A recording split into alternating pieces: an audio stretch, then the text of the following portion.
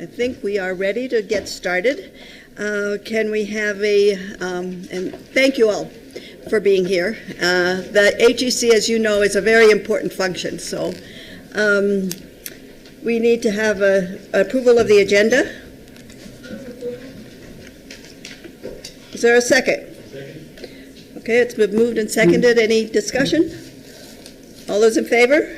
Aye. Opposed? Okay. Are there any public comments about the HEC? Hearing none. The consent agenda are the minutes for the regular board meeting of December 13th. Any changes to the agenda, to the minutes? Motion to approve. Is there a second? Motion approved and seconded. I have one very minor change. There is a place in the board meeting, in the minutes, that says something like, UNM has a staff present there, but they are not offering any courses at this time. That's not the way it plays.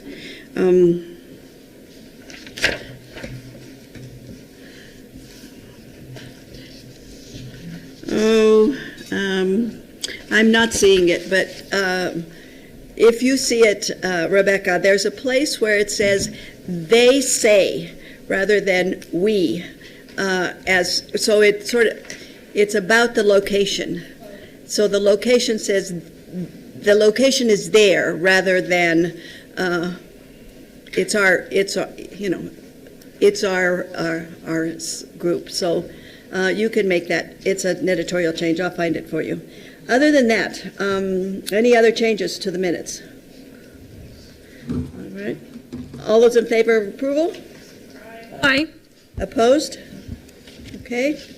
There are no items from the consent agenda removed, and no action items requested, so let's have an HEC update. Thank you. Madam Chair, members of the board, President Cervantes, thank you for the opportunity, of course, to do the update. I will try to be fast and furious. I know you have a long agenda. So one of the things I want to just say today is we are going to kind of focus on New Mexico Highlands University. And one of the reasons we're doing that is because as right now, literally as we speak, they are starting their graduation celebration for their 2018 graduates from the Santa Fe Center. So of course we were all invited as we usually are, but we're kind of occupied here, and so, but we are thinking of them, and we're sending them our best wishes. Before I left the HEC, it's beautiful. It's draped in purple. There are streamers, and it's shiny.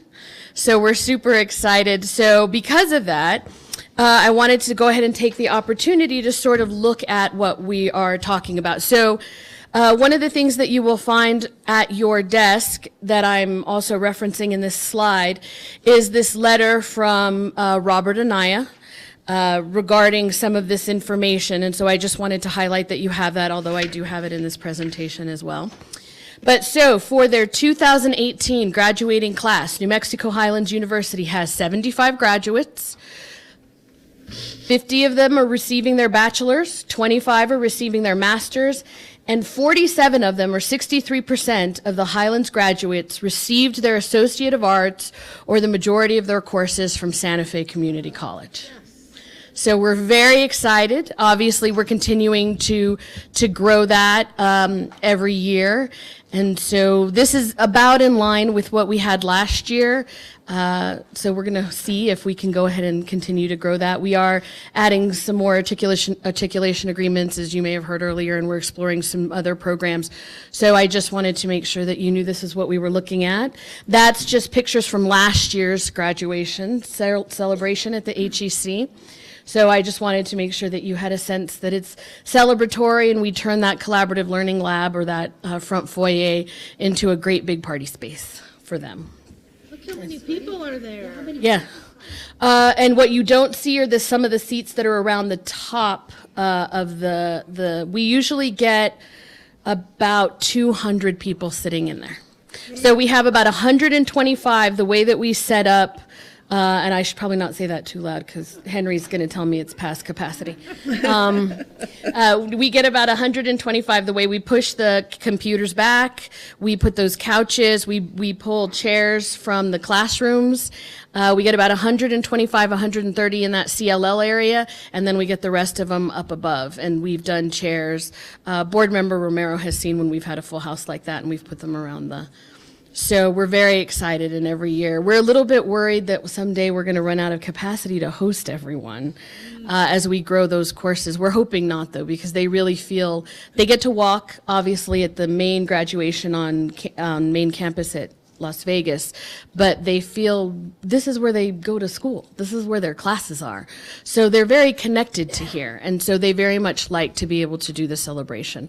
So it's a good problem to have. And so as soon as I have the pictures from what's happening right now, I'll obviously send them forward because we are sorry to miss it. Again, this is just a copy of that memorandum that you have that notes Robert's apology for not being here and for us not being able to be at the graduation. It notes those graduation letters. But I just want to also put this in here and highlight, he's thanking us again for that partnership. He highlights the work that the academic areas, particularly Vice President Peters and the deans are doing, and of course, Dr. Cervantes. And so we're just really happy to be able to get that feedback. And we are looking at, and he highlights that, we're looking at some extended opportunities for partnership. The other nice thing that's happened is New Mexico Highlands and Northern New Mexico are now sitting at the table together because of these partnerships, and they're even looking at playing with ideas of sharing courses and things. So the umbrella of the HEC collaborative has not only let them partner with us, but we're now finding active ways for them to partner with each other as well. And when you say that you're looking at other possibilities, what does that mean? What are they? One of the things we've been, again, ways for them to work together more seamlessly to help deliver certain programs, because we don't want to compete, correct? Bless you. So we don't want to, we're trying not to compete for each other's students. So we're looking at ways, how can we offer students from Northern the opportunity to do certain things at Highlands? How can we share courses? Are there certain kinds of continuing education opportunities maybe that we're not pursuing? So they're very early conversations. So that's one.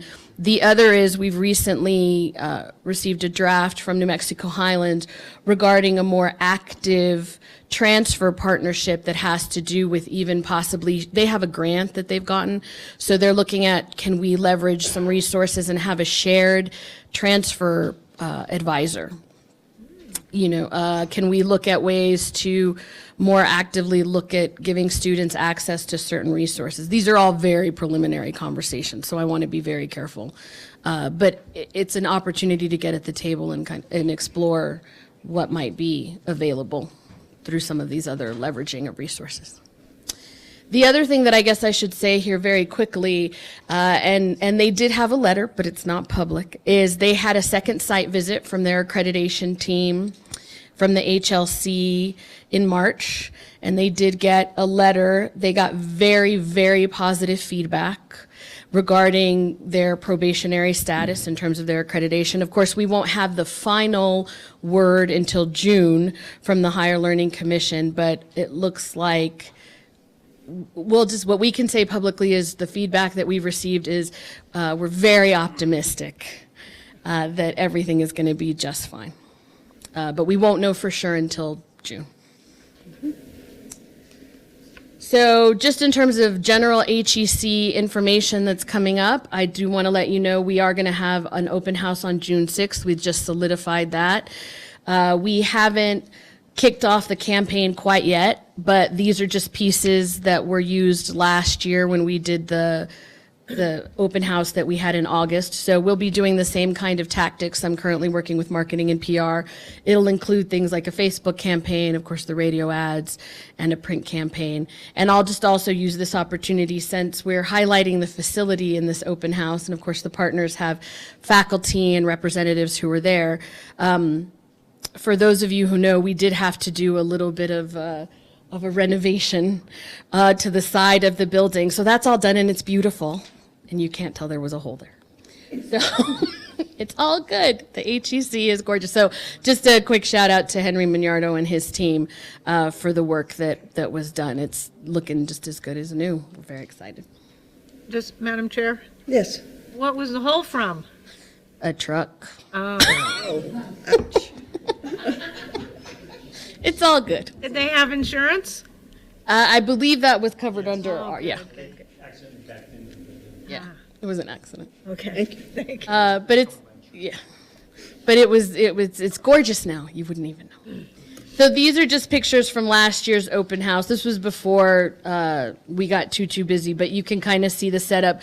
We usually have the partners in that CLL. We have the opportunity, again, we have faculty from the partner schools, particularly those that are offering courses on site. You'll also see UNM, again, most of their offerings are online, but their staff member is there. And of course, Santa Fe Community College is also well represented, so everyone has a table. And that really is the general update. So I know you have a long agenda. Are there questions? Madam Chair? Yes. So how many people come to these open houses? And do we try to get the high school students there, or who's our market? Everybody. Everybody. It varies. Usually it's been about 200. We've gotten about 200 people there. Wow. Yeah. And we do marketing to both. We do it to the high schools because, of course, we have that high school partner list. But again, because we're also trying to make sure that individuals who already have associate's degrees have the opportunity to come and see if they want to further their education. We also target, so for example, for this one, we'll target our May 17, and when I say our Santa Fe Community College December 17 graduates, as well as those that are on the list to walk in May 18. So we'll send them a direct mailing letting them know about the open house. But again, we do all the things in the public because we recognize there are people who maybe got their degrees 2 years ago, their associates, and might now be ready to come back and pursue the next level. We know we have people who maybe got an associate's from CNM, but they're ready to come and see what Highlands or Northern might have to offer here in Santa Fe. So we try to market to everyone because we know that there are several different places that we can kind of hit.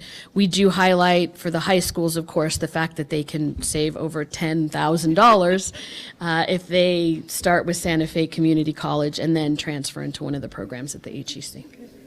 Jack? Question, what's the status with Bellevue and Seattle? That's my question. There is no, thank you, Board Member Sullivan. There is no change. Seattle Film Institute did choose, as you may remember, we did discuss to move forward with an online format because they were unable to get, there was no movement at the state level in order to bring them under the HEC umbrella so they could offer courses on site. So they did move forward under the SARA umbrella, which is another national consortium for online education.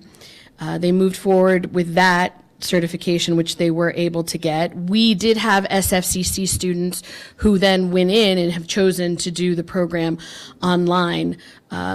They have found success with that. It's not exactly what we'd initially planned, but for us, of course, it's about giving our students an opportunity to have some place to transfer, even if the format isn't exactly what we'd initially envisioned. So I don't know that Seattle Film Institute is as anxious and waiting in the wings as they were in the past because they have found another path forward. Doesn't mean we couldn't have another conversation with them. Of course we could. And we are talking to them. But at this time, given there was, they've found a way forward and they're using that way forward. Bellevue really wanted to be able to move forward with having that full-time person at the HEC, even though a good number of most of their curriculum would be, online, although they were looking at a 3+1 with us, which would mean on-site courses, primarily taught by SFCC, but part of their program. And we just haven't heard anything from the state. And so, again, we're still in contact with them, but until we have, official HED approval for them to be in the state, we're unable to move forward.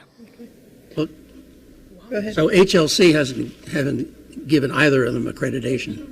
HED, so it's the Higher Education Department. It's not the Higher Learning Commission. Okay, In fact, Bellevue is a Higher Learning Commission school and is in good standing accreditation-wise.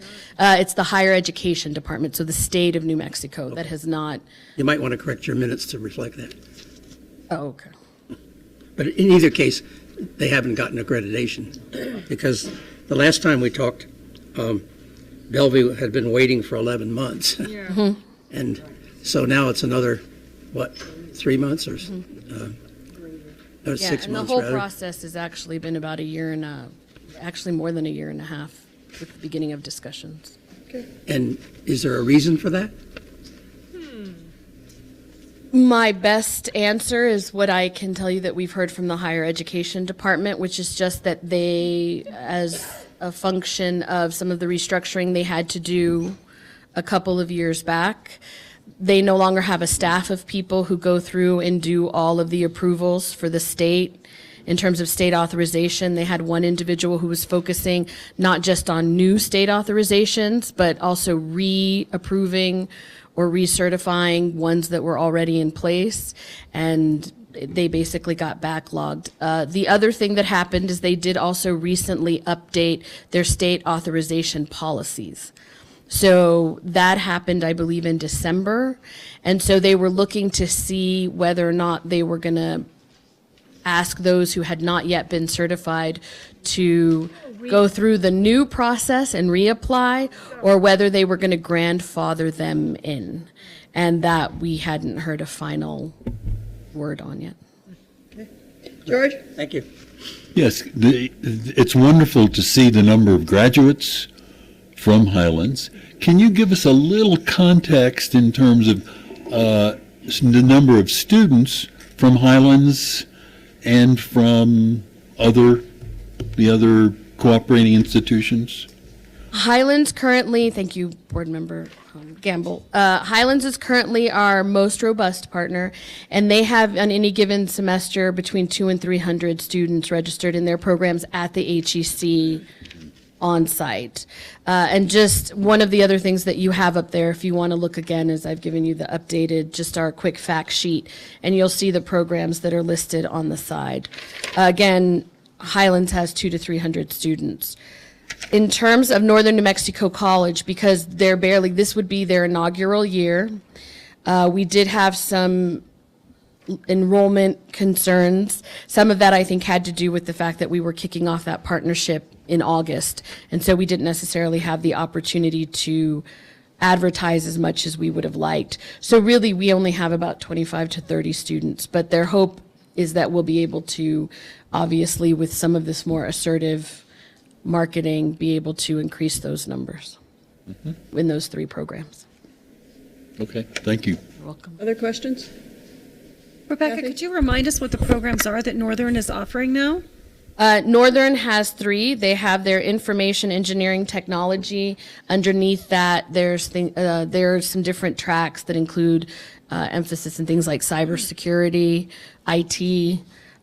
We also have project management, which is primarily focused on bringing in those individuals who have associate degrees in business, but we're also currently in the process of discussing how we can look at some of our applied degrees, so automotive, welding, any of those, and how we can maybe bring those in so that those can also transfer into project management, because really the project management pieces are needed across disciplines. They're needed across fields. And then the integrated studies with the focus on psychology. Questions? So do we have enrollment numbers for the Seattle program? I don't off the top of my head, but I could certainly get them. And will those representatives from Seattle and Bellevue be at your open house? No, because technically they're not official. They're not partners. And so so Bellevue has no current state authorization. So they have to be very careful. State authorization, if you look at the details, is very clear on how and when you're allowed to recruit if you don't have state authorization. So the only kind of recruiting they can do is just general, we have a thing on the radio, or maybe you see us on Facebook, but they don't have authorization to come in and actively recruit. Seattle does under Sarah, but again, it's very limited in what it is that they can and can't do. So they're allowed to have certain kinds of info sessions, but to very small targeted groups. So for example, the info sessions that were done this semester were specifically to film students here at SFCC, and it was a very kind of limited invitation. It wasn't grand marketing for it. And again, it's because that's very clearly stated in state authorization. It defines how you can recruit students. Madam Chair, I have one more question. About UNM, are we anywhere with actual physical presence? They continue to be at the same level, which is the advisor who's there in the building. They really, at this point, are focusing on moving the students who come into the HEC to online programs. So that's where we're standing at this point. Okay. Other questions? Okay. Thank you, Rebecca. Other board reports or questions or comments? I have one, and that is that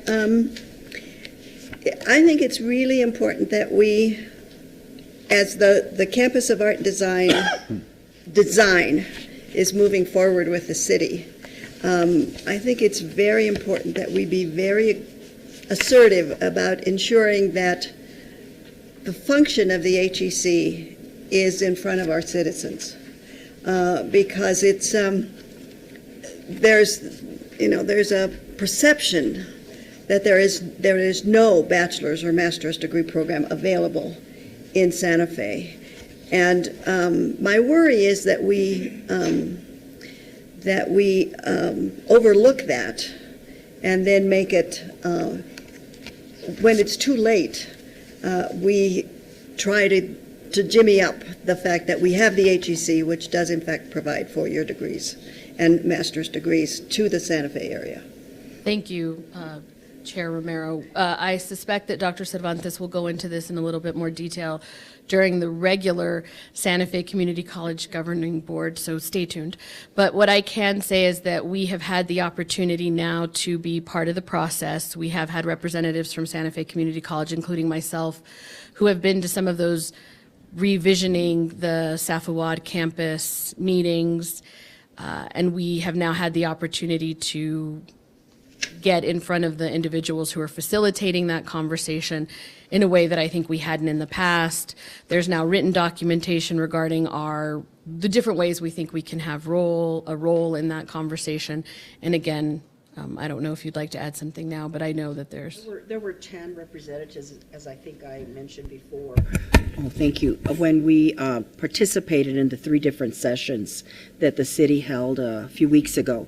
And I also, and thank you, Member Gamble, who asked or sent us the link for the online participation, and I sent it out to the entire college to ask them to participate if they were interested, so that we could ensure that Santa Fe Community College is at the forefront in the reimagining or the Midtown campus,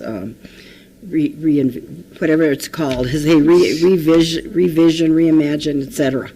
So we have been active, and we of course, are going to be meeting with our city councilors in order to talk about the partnerships that we already have, but also bring up the role that we feel is very important that we continue to play with the Midtown campus model.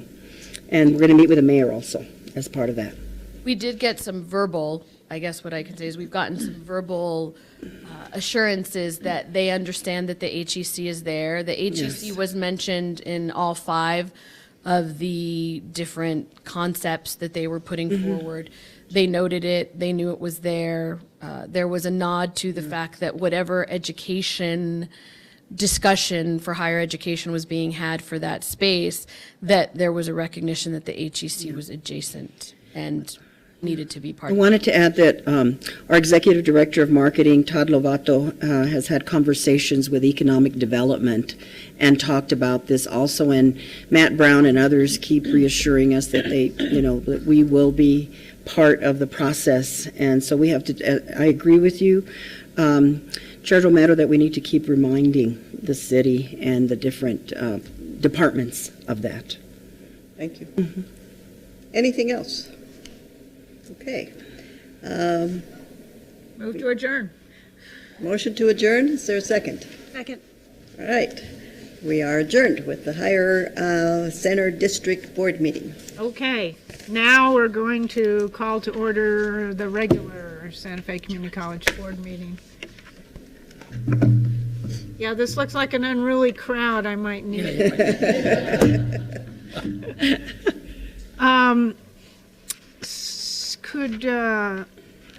Are some of you here for public comment? Did you sign into our public comment sheet? On that table. If you'd like to. If you'd like to speak. There's a sign-up We sheet. need you to sign into our public comment sheet. Okay. So we have a quorum. We're all here. Welcome, everybody. Thank you all for coming. I bet some of you are here for Flying J, maybe? All right, thank you. Could I have a motion to adopt the agenda with one change? If it's okay with the board, that we move the discussion of the Flying J truck stop up to right after the public comment? I move approval with that correction. Okay, is there a second? Second. Second. Yes, Madam Chair. discussion? Yeah, I think also we're going to take the final readings off of the consent agenda. Thank you. And also, I would like to take both minutes off the consent agenda. Okay. So, looks like we're taking everything off the consent agenda. Well, that's, Okay. since you look at it that way. All right. So we'll do that. Anything else to amend? We have a second. Any other discussion? All those in favor? Aye. Aye. Motion carries. Okay, public comment. Donna will get the list.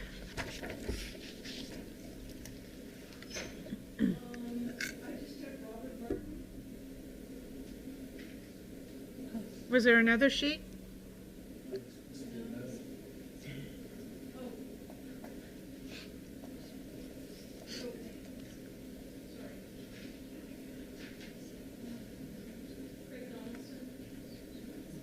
Craig Donaldson? Did he leave? He was here.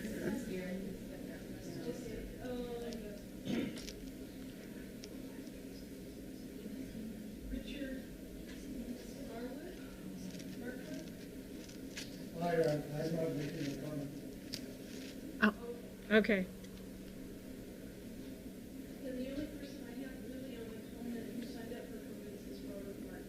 Okay.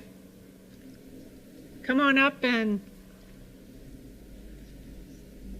our public comment limit is 3 minutes? Yes. One. Okay, great. Thank you for coming. My name is Robert Martin, and I'm president of the Institute of American Arts, your neighbor and partner with the community college. We appreciate all the support that we've received from the community college, especially with the articulation agreements, the 2+2, and other ways that we can collaborate. But I'm here tonight to support your resolution for opposing the truck stop for all the reasons that you mentioned in the your resolution.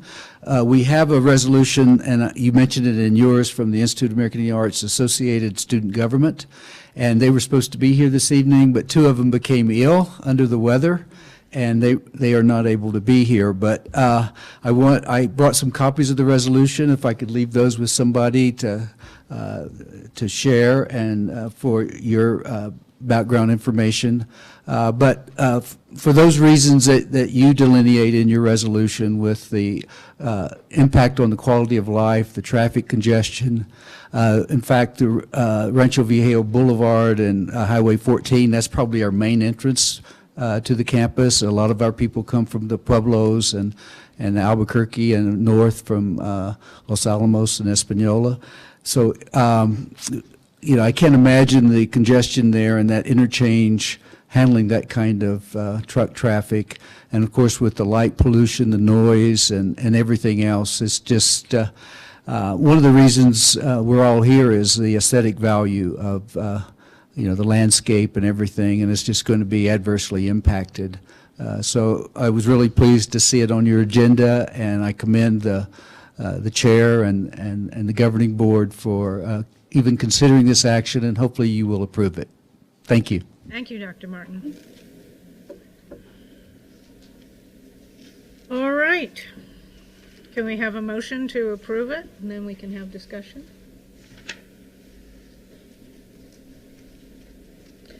I move Motion approval to- of the resolution. Yeah, I'm sorry. We need to go to the resolution.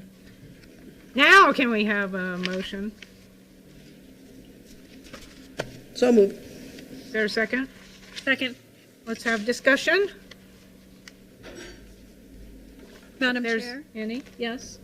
So I just want to say that I'm in support of this resolution, and I'm support of this resolution really based on safety factors to our students and to our faculty and staff, many of whom see that as their primary entrance to Santa Fe Community College as well.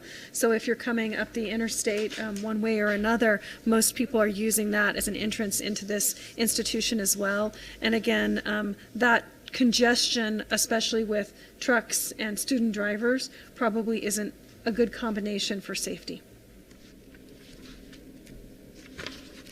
I believe that Board Member Sullivan did bring up that we need to change the language to Community College Governing Board. So maybe we could have that as an amendment to the motion. Do you agree? Yes. Okay. Any other discussion?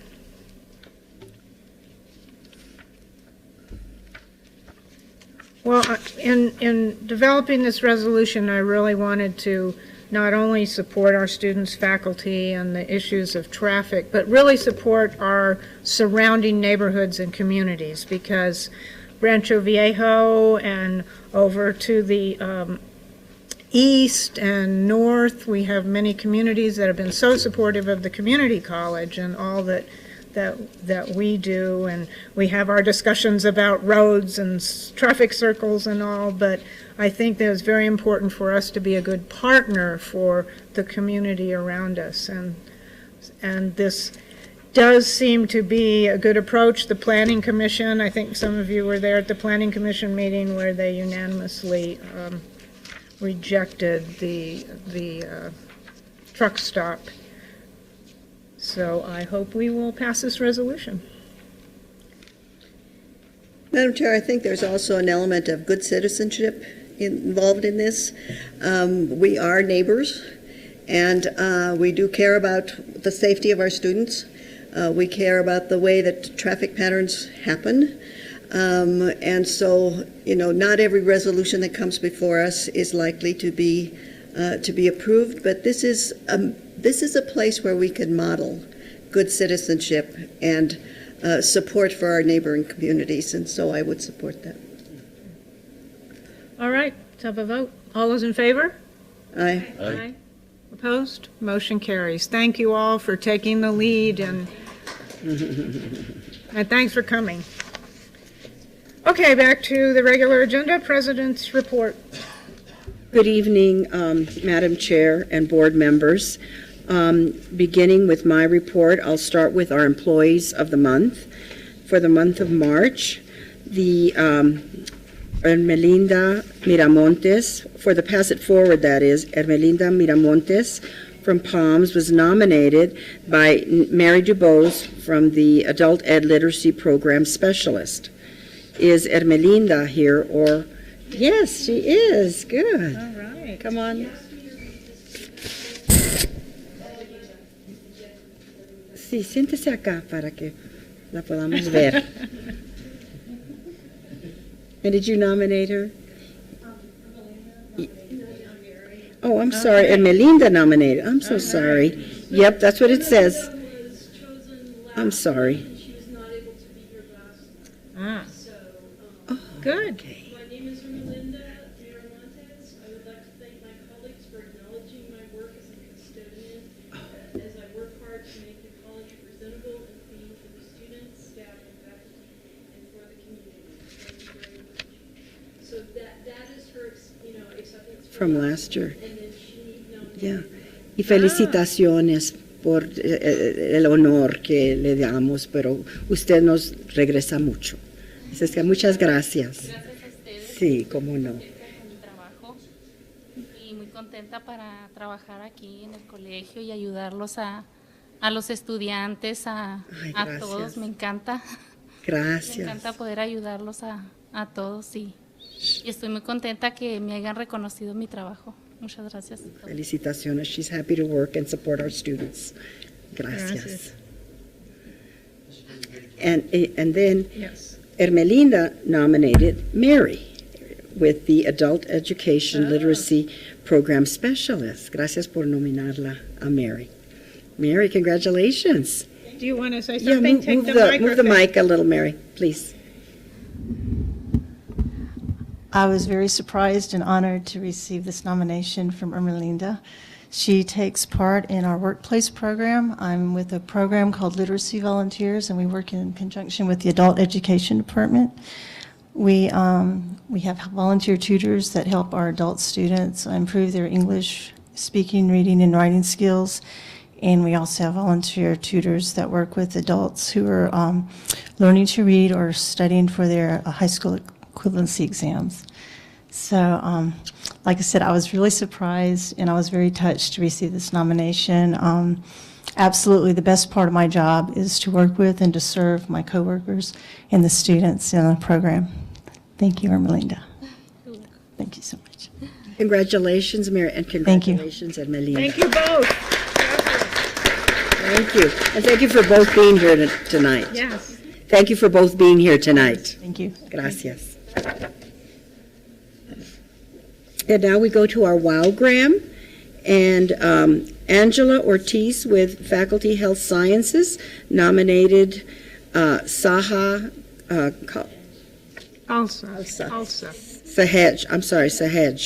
Khalsa, who's a program director of our Emergency Medical Services Program. Are either of them here, Sahaj or Angela? Sahaj was ill, but he sent me a statement to read. He's the director of the EMSI program, and he said, "I am honored to win this award, to be chosen from among so many deserving colleagues. Serving students, setting them up for success, and providing them opportunities to achieve their goals is core to what we do here, and I'm thrilled to be a part of it. Thank you so much." Well, congratulations to Sahaj, and thanks to Angela for nominating him. We're very proud of them both. Thank you. So moving on to the President's report, which you do have, but there was one item that I did not include in the report, primarily because it wasn't going to be made public until tomorrow nationwide, but I thought I'd bring it to you today since we're all together. And that is from the Aspen Institute of College Excellence Program. Rebecca Estrada and Yash Morimoto were selected for the 2018-19, it's a third cohort of the Aspen Presidential Fellowship for Community College Excellence Program. There were 150 applicants and 50 fellows were selected, and Rebecca and Yash were two of those 50, two from the same college, which is very rare. I think it might be a first. This is a huge honor for them and for Santa Fe Community College. The fellows are chosen because the Aspen Institute has concluded that each fellow has the capacity to be an exceptional president with the drive and capability to transform their institutions to empower more students to achieve success in the college, or after transfer in the university, or in the workplace. They will be participating this next year in a structured leadership development program. There's 3 different sessions that will be held. So we're very proud of you. I know that Yash is in Japan on vacation right now, but we congratulate him, and Rebecca is here with us today. Congratulations. We're extremely proud of you. You do us honor. Thank you. So moving on, you have, as I said, the whole report. I will highlight a few things. And the first one that I want to highlight under increasing student success is that Dean Landon reported that our dual enrollment ADN BSN first-time pass rate for the NCLEX RN licensure exam is greater than the overall rate for the New Mexico nursing schools. That's a combined UNM, NMSU, Western New Mexico, and the partnering colleges. So our pass rate was 92.59. That's 50 out of 54. And the overall community college BSN is 90.63, and the including the universities is 89.43. So this is a fantastic accomplishment. Thanks to our faculty, thanks to Jenny, and our students are awesome. Thanks, Jenny. That's great.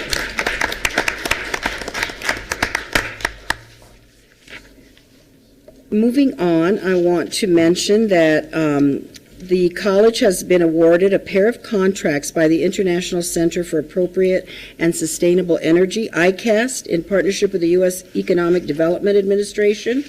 We have 2 contracts for just over $200,000, and we'll be training 10 instructors in a train-the-trainer model. And there's also an online component, and students will be taking classes in energy efficiency and solar. So Amanda Hatherley is fantastic. She does an awesome job in terms of helping to train our students. It's kind of further along. I kind of skipped a few things. It's on the second page. Oh, sure, certainly. So we got the money to train other people to train? Yes, train the trainers, to train the trainers. And where do those trainers go train? Then they go in and train other teachers, and they can also train students, is my understanding. That's what I understood from the information we got from Amanda. Yes. Are they affiliated with SFCC, the trainers? No. They will be recruited to be trained. Well, the initial trainers, yes. Amanda, and I heard that Zuby is going to be training, and another of our instructors will be part of that process also. Yes. So the Welcome and Advising Center's Career Services Office hosted its annual Career Education and Training Resource Fair. Fantastic Futures, and that was one of the largest we've had. There were more than 50 employers and educational representatives that were here.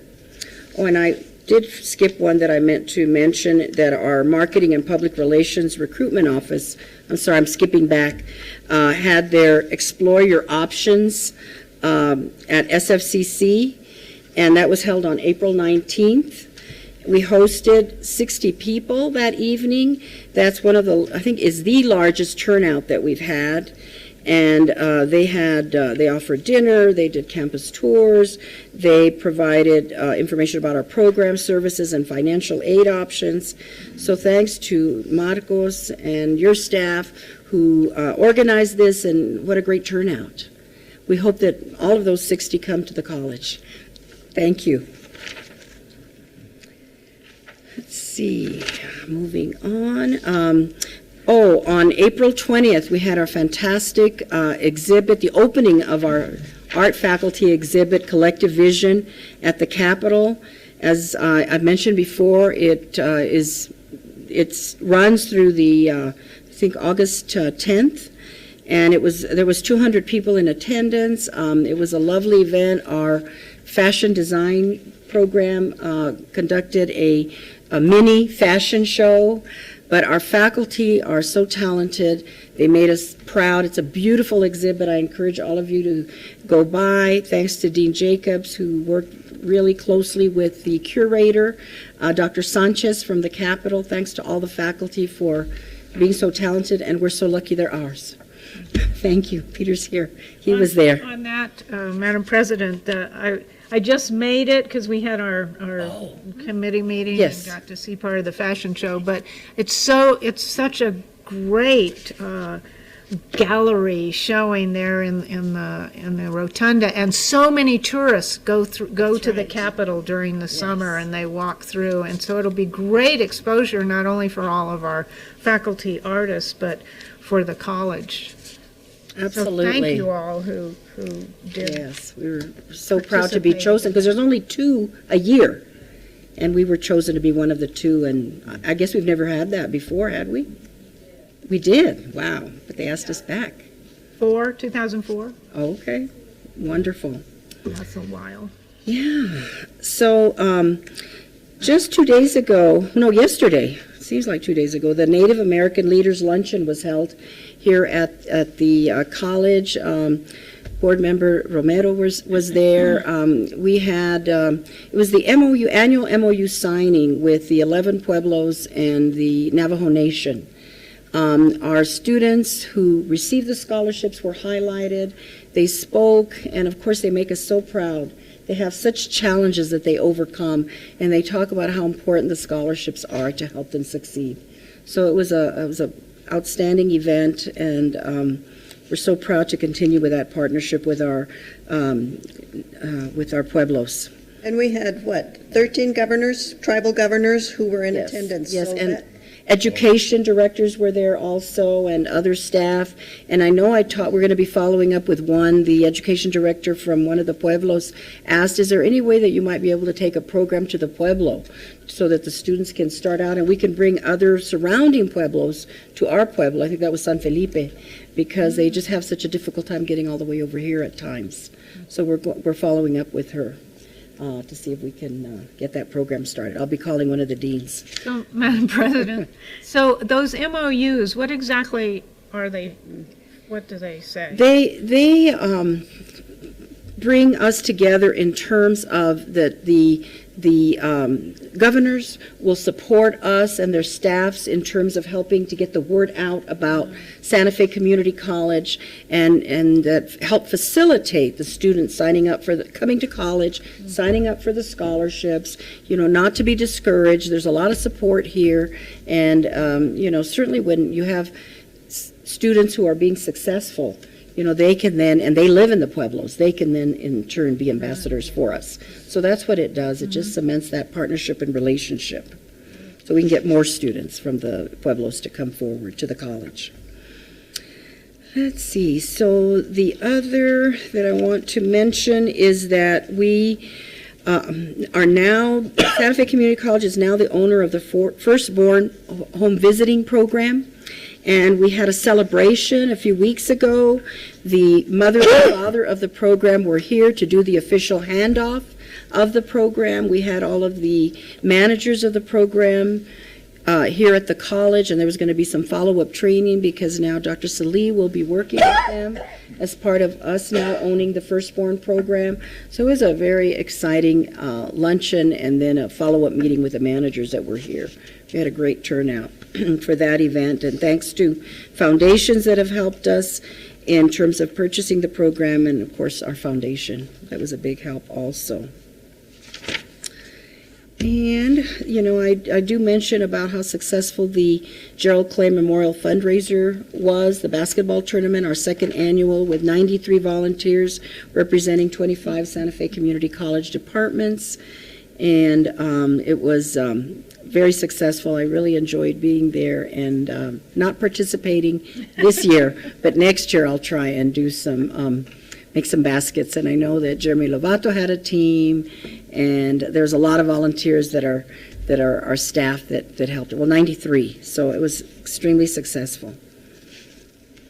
We had on April 12th, we had our Los Alamos National Laboratory Community Leaders Breakfast, which was very successful. We had over 200 people in attendance, community leaders, and of course, everybody wanted to meet Director Terry Wallace, who was here and welcomed everyone, and other leaders from Los Alamos were there. Then I think that the tours went really well. We had 4 tours, and they were packed with community leaders that wanted to see our campus and our resources and our labs. So we were thrilled, and if Deborah Bolt was here, she'd say, I've been trying for 8 years to get this community leaders breakfast, so we were thrilled to host that event. It just took Kathy being the Thank you, leader to get them Kathy. here. Thank you. How does that compare to other attendance for your breakfasts? That's usually That's about 200 is about it? about 200, 250. That was great. Well, thanks for getting them here. And you have, this is a very busy time of the year at the college as we're highlighting our students' success, as we're bringing the students and faculty and staff together to celebrate a successful year. And of course, I'm sure that President Bojorquez is going to talk about today's event, so I'll let you mention it. But there's a lot of things coming up. One activity that you do see on May 1 is the Katie Besser Student Writing Awards at Collective Works? But there's also that some might want to go to the Writing Awards. On the same day here at campus at 6 o'clock is the SFCC choral performance.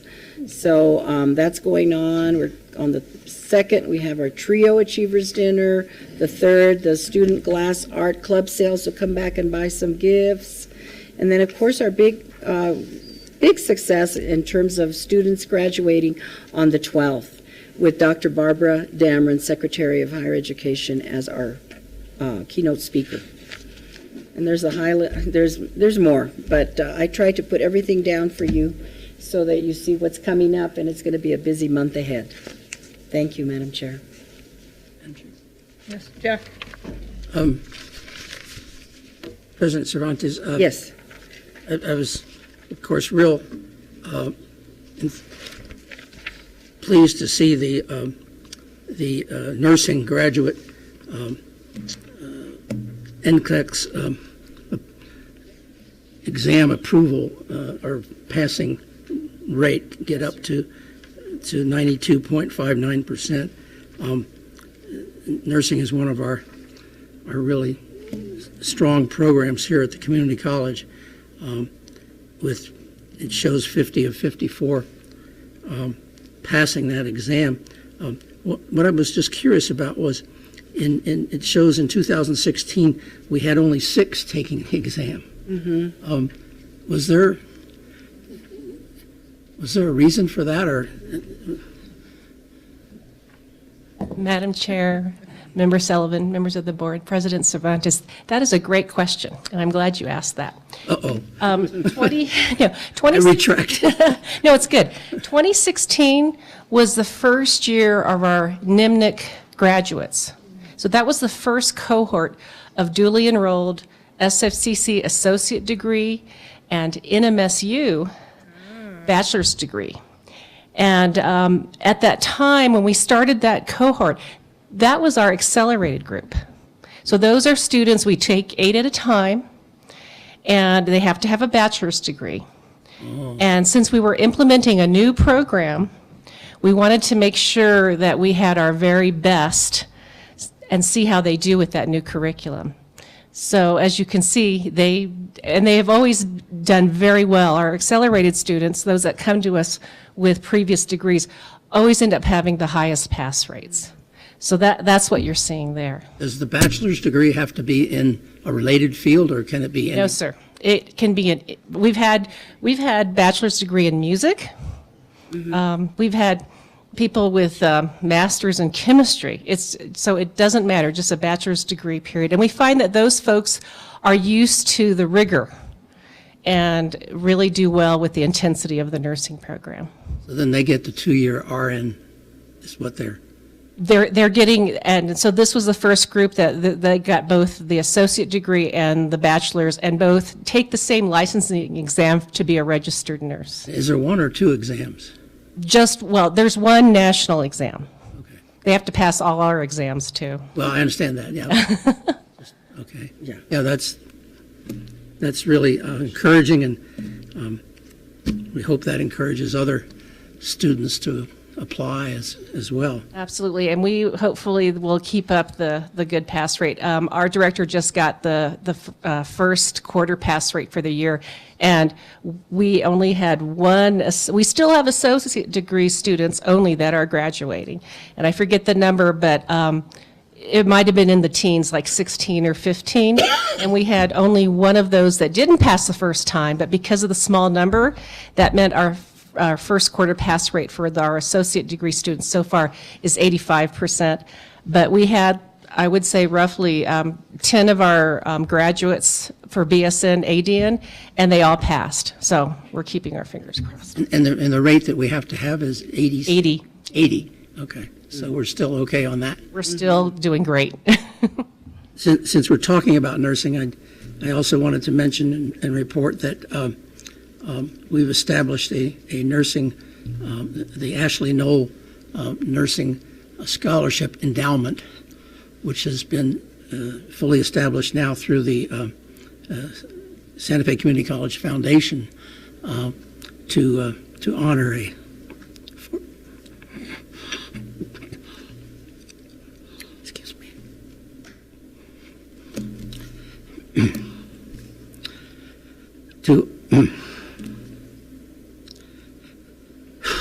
To honor your daughter? Yes. Who was a Santa Fe Community College nursing graduate who passed away. Thank you very much. We really appreciate that. Thank you, Jack and Vicki, for doing Thank you so much.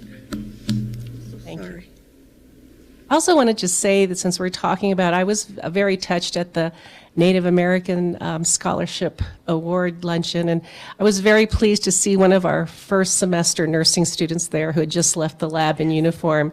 And then when they introduced one of the two student speakers, who was Navajo, Michaela, I learned that she was pursuing a degree in allied health, and when I went to ask her what she was pursuing, she said she was pre-nursing. So that was very encouraging as well. So, thank you. Thank you. Thank you. Thank you, Jack. Thank you, Madam Chair. All right, then we go on to presentations. We have our Siemens update.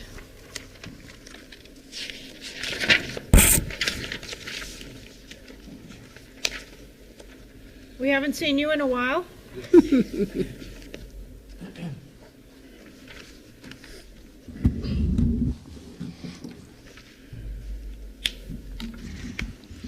Good evening, members of the board, Chairman Siegel, members of the board, President Cervantes, Interim President Dr. Cervantes.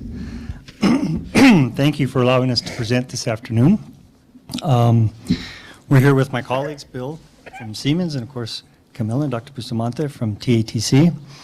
And we're really going to give you a brief update on the IGA, the investment grade audit. And associated with the investment grade audit, there's another project that's funded by the Economic Development Association, federal grant, also in-kind contributions from Siemens and Santa Fe Community College. It's called BEAM TC, and you all asked about this last time. It's the acronym stands for Building Energy Automation and Microgrid Training Center. So we're going to give you a brief explanation on the status of the IGA. But if you recall, we just completed the construction of the greenhouse, and part of the additional project that's associated with the greenhouse is energy assets and a small microgrid. And so that EDA program provides funding for that, and the outcome of that energy asset installation is going to be 2 training centers, the building energy automation training, and of course the microgrid training center. So I just wanted to give you a brief update on the BEAM TC, and of course we'll give you a broader update on the IGA. And with that, I'm going to turn it over to Bill. Thank you, Henry. Thank you, board, Dr. Cervantes. Nice to see you all again. Last time I was here, just as a refresher, I introduced you to the head of microgrids globally for Siemens, as well as the North American head of microgrids, Clark Wieditz, was here, as well as our senior engineer in energy storage. We're all here and have been working on the project. As a little bit of a refresher, the goals of the BEAM Training Center are, of course, of course, are to prepare students for what are emerging and existing jobs today. So, for example, in building automation, which is what controls the building's heating, ventilating, and air conditioning systems, Siemens alone as one company is 300 to 500 technicians short in the United States. That's one company. The argument that we made to the federal government about and which I wrote on behalf of the college was accepted by them in terms of workforce development needed to fill jobs in the United States. We're overwhelmed by the number of facility managers who will be retiring this year and over the next 15 years without obvious, highly technically competent replacements. So we're very excited about the ability to team with you and create a training center for students that are not only here, but who might come here from other places. Siemens has already been approached on what's happening here to learn more, including the University of Central Florida and Arizona State University, just to name a few. We were lucky enough to convince Henry to make a national presentation on the training center, where we were overwhelmed by 300 people who signed up, who were educators who signed up by webinar to hear his presentation. So things are going well. We've owed you an update, if you wouldn't mind, on the Beam Training Center project. To remind you of the funding, we've been proceeding with technological scope, with tremendous input from Henry at all phases of that, and tremendous input on the curriculum and programmatic side, of course, by Camilla. We have Microgrid Systems Laboratory as project manager, which has been very nice in expediting certain things. We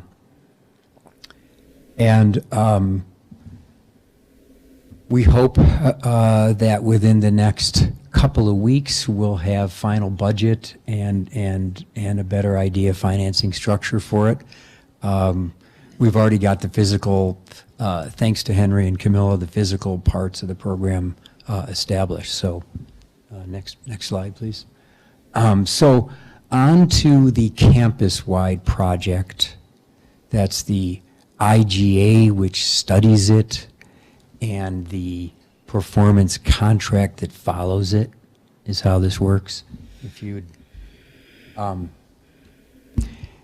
just as a reminder, because it has been a while since I've been in front of you, the state passed legislation to promote the financing of energy projects only if the savings to the college is greater than the costs. Could be financing costs, could be other costs, but it is obviously a cornerstone of the state law. There must be a guarantee of the savings. It's not just, we promise the savings is greater than the cost. We have to, we have to sign on the dotted line. Siemens will be providing that guarantee. The state assists the college and Henry in vetting our engineering work, which has been substantial over the past 5 months since I've seen you. A third party, it's supposed to say party, not part, engineer, is retained and funded in the program, so you double up on your support and your ability to question our work, which is a critical cornerstone of the program. And finally, to remind you that the project has an open book pricing model, which is typical of New Mexico General Services Department agreements, which followed an RFP that they issued to which we were one of the winners of. Thank you. Where are we in that? Santa Fe Community College decided to double up on the RFP. To remind you, issued one of their own, which we snuck by on. Conducted a preliminary assessment to make sure that we thought we did have a project that would meet state law and Santa Fe College goals. So we're now about 60% through the investment grade audit. It's been slower than we thought.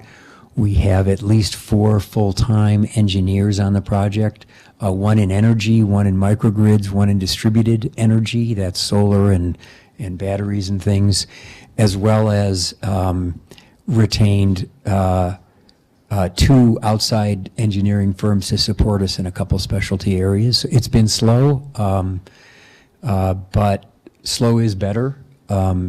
My job is, since I'm not an engineer, is to try to form consensus among them all, which I don't recommend.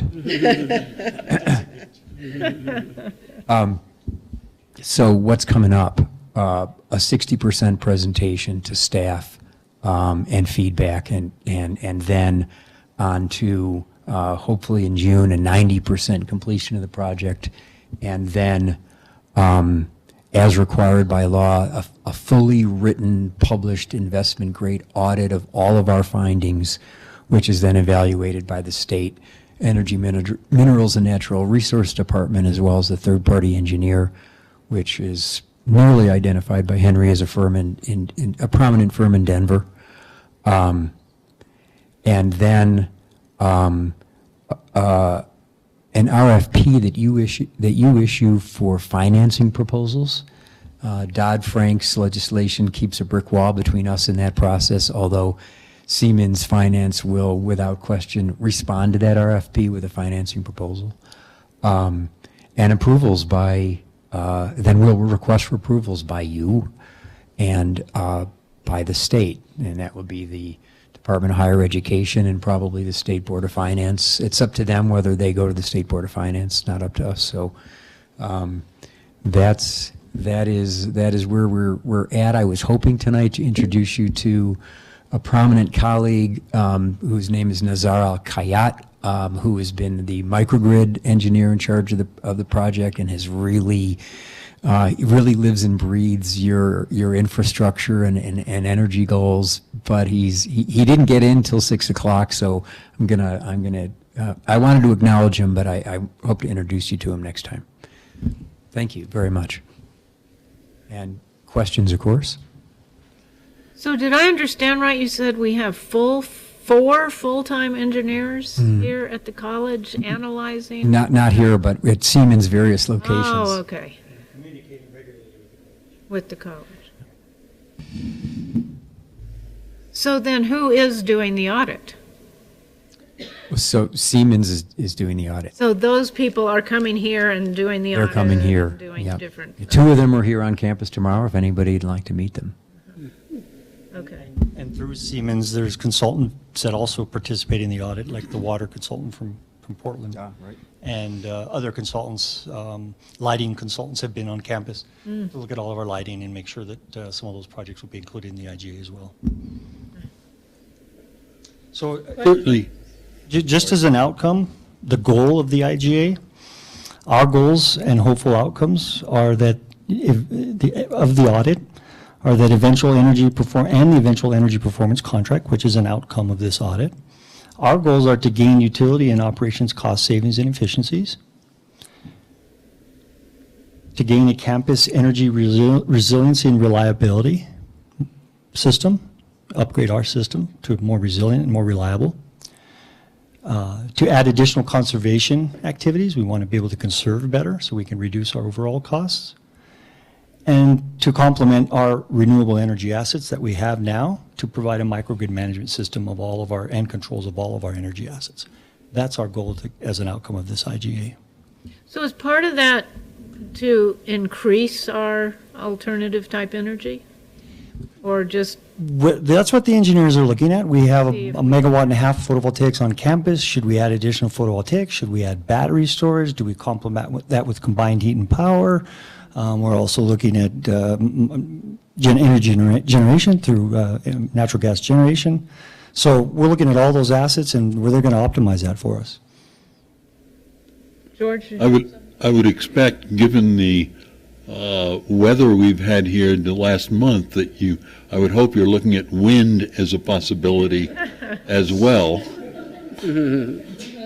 We could have generated a considerable amount of energy. We've looked at wind because of our existence in our neighborhood, in our community. Wind turbines are not exactly those that are favored. So we've not pursued wind to that extent. We have small wind generators on our rooftops, but we don't have wind turbines in plans. Yeah. The two projects, as I understand, the one, the energy audit, the other, the training capacity. The training is something that our students could be involved in some way. The audit is these engineers doing the work.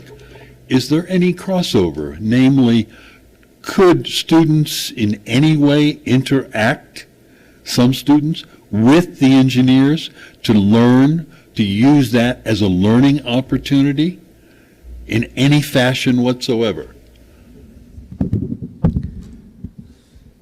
Well, the Beam Training Center is for students. And so what does that mean in terms of the energy audit, so the campus-wide project? So there are very few places where a campus can actually island from a utility grid. And it's a very romantic concept. It's difficult to achieve from an engineering standpoint. It's one of the reasons we're moving so slowly. So what will happen is that the students will be able to see not only the microgrid surrounding the greenhouse, but our goal is for them to be able to study hands-on the microgrid that controls all of the campus energy-related assets. And that's down to the dampers that affect the airflow in a building. They'll be able to understand the relationship between power outages, reducing the load of buildings to keep the campus alive, truly the next generation achievement in large data management of complete campuses and large buildings. So the short answer to your question is yes. The idea is that the entire campus become a living student laboratory. As far as working with our engineers, we don't have them right now. I probably wouldn't be able to have them sit next to my engineers and compare various calculations. I'd probably have a corporate problem with that. But as a later phase, energy education, and it would be, I think, including things like legal issues, public policy issues, and other things, utility integration issues, will be critical, and this project will give them tools and real-life examples to be to study and possibly, if Camilla so determines, and with you, part of their curriculum and programs of study. Please. Yes, I'm wondering if, for example, for not your engineers to sit next to a student and go through the calculations, rather engineers perhaps present to students what a energy audit is, how sort of at some broader level to help students indeed learn something about that. Yes, Member Gamble, President Cervantes and Chair Siegel, and members of the board. Yes, across the board and how that can be done. But I want to share with you some other projects that are resulting in the conversations and the work that we're doing with BEAM-TC. With Microgrid Systems Laboratory and Picaris Pueblo.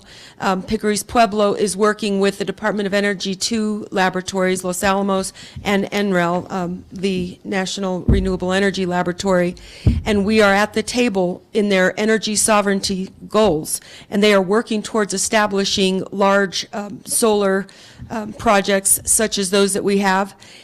And our role is explicitly to qualify and train people. And with those partners that are at that table, which is a very diverse group of primarily engineers, we're assuring that those students will have the involvement in what we're able to offer through Santa Fe Community College, and then what the other engineers and technical expertise will bring from the region to start working with, in this case, tribal energy sovereignty. So that gives you a little bit of an example of how what we're doing here is going to branch out and really offer our students that hands-on experience, as Bill was stating about our building being a living laboratory. Even today, our students, and last week, they asked that we cut ourselves off for the day. They were doing some manipulation of the solar panels, and the students are hands-on seeing how and what the energy gains are in their manipulation of those grids. So it's exactly that at another scale. And our opportunity is to continue to put students in front of those engineers who they're going to learn from and potentially eventually become, if that's what they choose to do. That's great. And just as a comment, as to simulate us, the city, we were the first to put our 1.5 photovoltaic plant up. The city followed us shortly after that. We'll be the first to build a microgrid, and the city's already talking about a microgrid as well. Mm-hmm. So the city is really following our footsteps in terms of how we're managing our energy.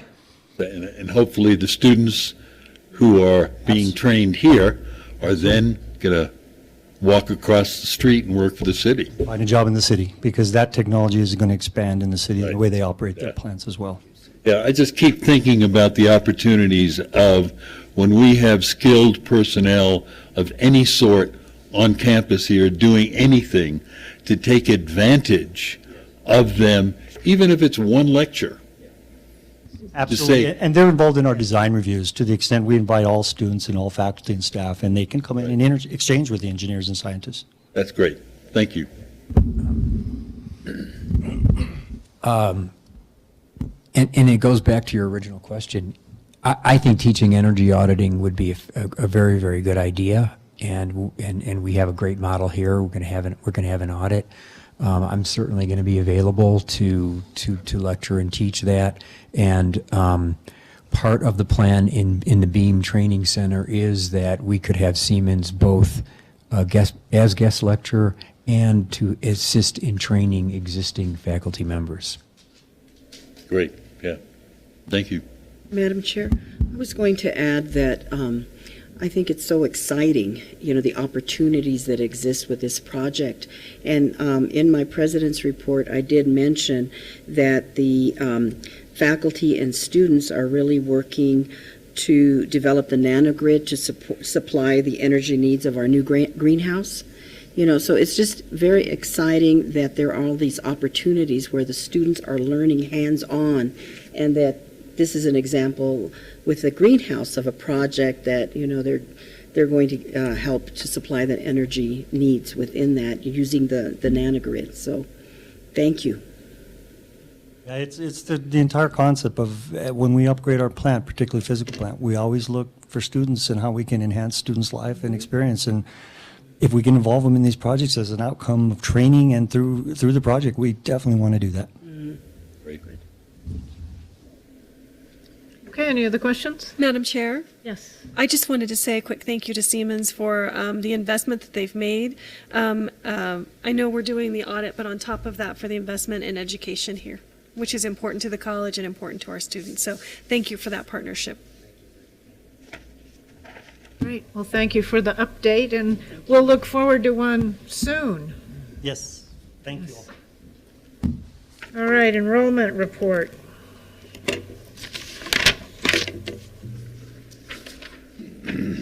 Oh, my.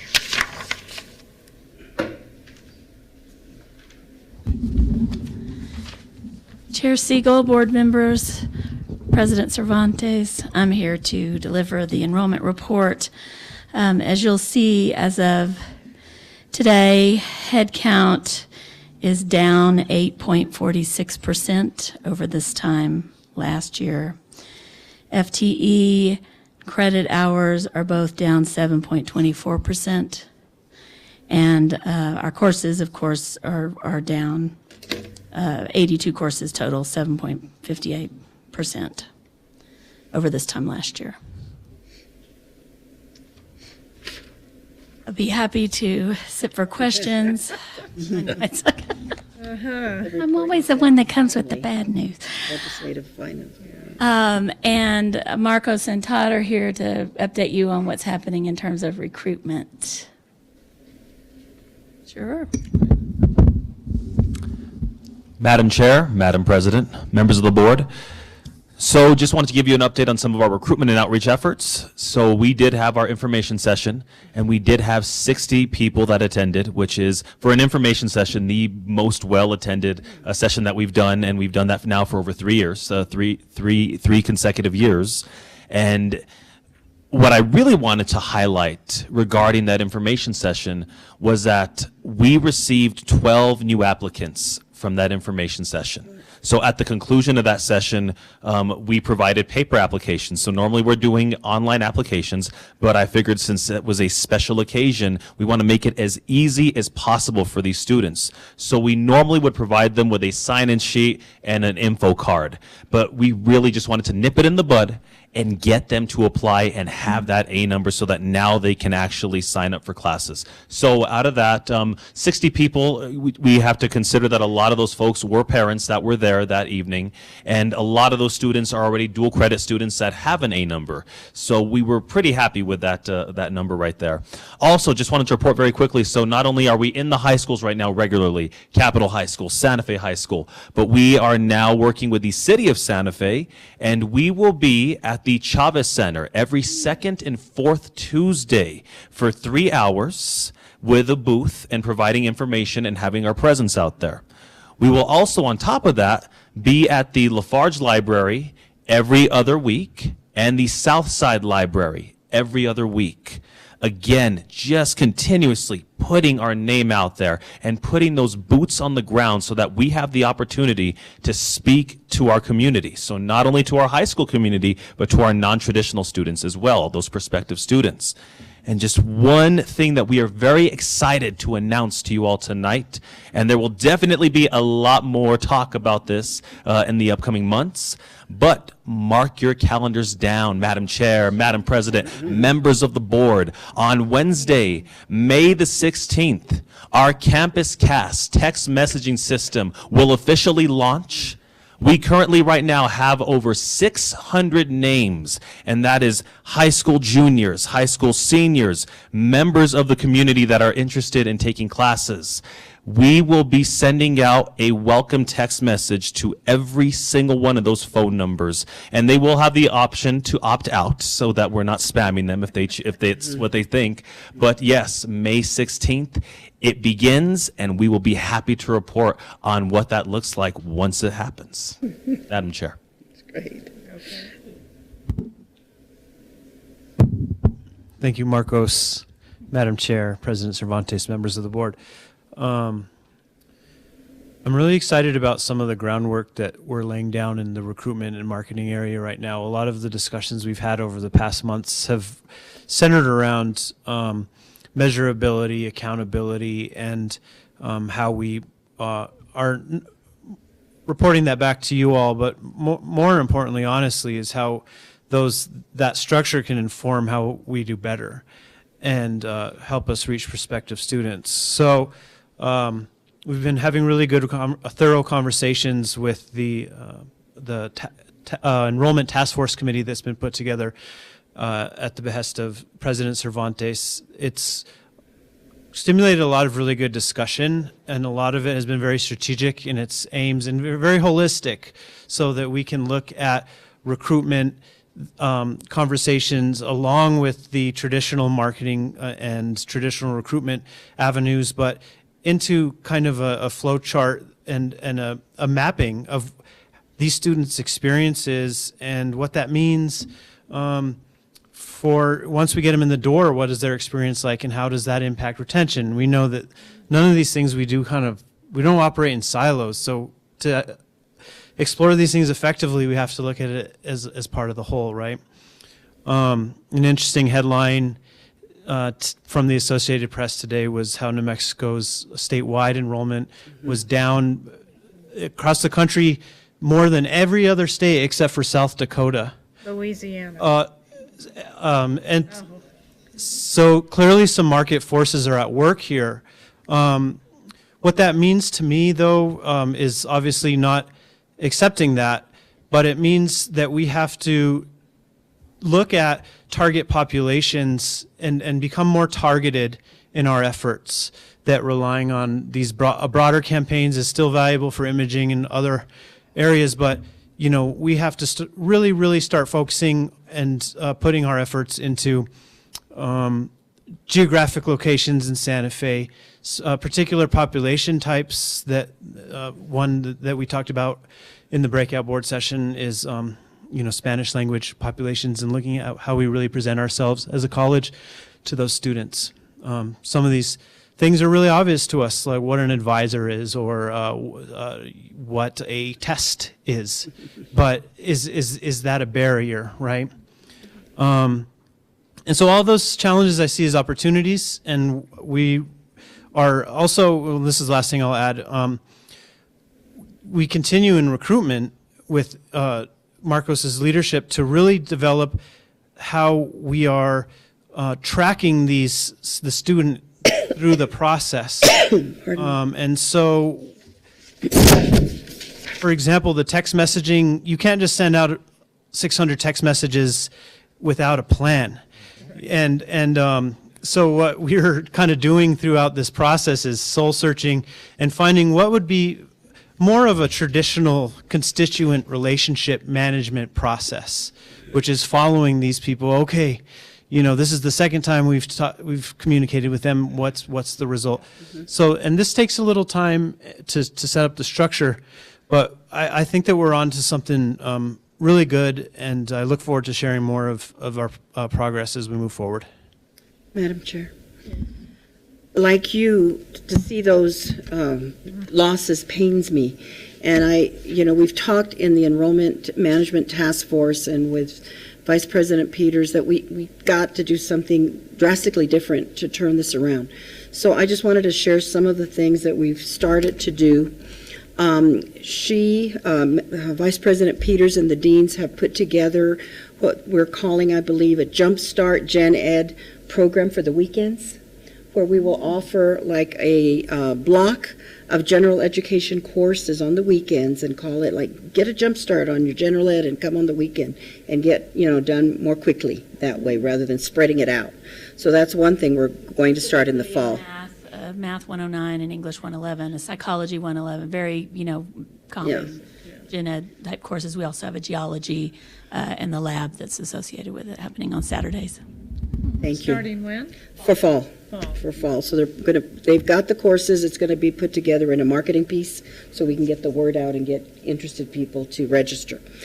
Secondly, I have mentioned that we've been meeting with the Department of Workforce Solutions about establishing a one-stop satellite center here on campus in order to bring both the northern, the piece of the department that provides the training services and then the job-seeking services. So bringing them both together onto campus in order, and what the Jeff Varela, who is the director of the training services part, indicated, we're always sending all those students over to your campus to take classes. So if we were here and providing all the services, including the training, that would just simplify their lives, because many of them have transportation problems. So we have a meeting tomorrow to set some goals and strategies for the year. And the other thing, as I mentioned, I think we need to look at taking programs out to place-bound communities, such as maybe some of the pueblos. And so I have been asked to follow up on that by one of the pueblos after our meeting, our luncheon the other day. And then the last thing I want to mention is we will be having another meeting in a couple of weeks for our Enrollment Management Task Force, and then some of those recommendations are going to go to our strategic planning work that we're doing so that it fits into the entire effort that we have for the next year. But in meeting with the recruitment and registration experience task force, enrollment and registration experience. It's application and registration. Yes. So we talked about, and Rebecca mentioned that all the Santa Fe High School graduates receive a when they get their diploma, they get what is it? Ticket to college. Ticket to college. And I said, we need to do a little bit more than that. What if we could have, before they leave, what if we did like a FAFSA party or something, where they had to fill out the FAFSA form before they actually left for the summer, because they leave for the summer and they go get a job or they go on vacation or whatever, and then they forget. And the other thing that I'd like to have taken care of sooner is the placement test.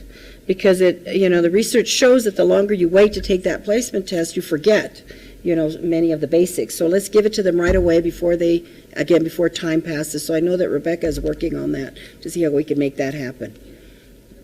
So those are a few things that we're trying to do differently in order to provide better access. And then I thought the conversation today with Miguel Angel from the community, Miguel Angel Acosta, in terms of that one of our target populations should be our immigrant young families, who also might have some transportation problems. So we're going to explore that with the city and with the Santa Fe Foundation.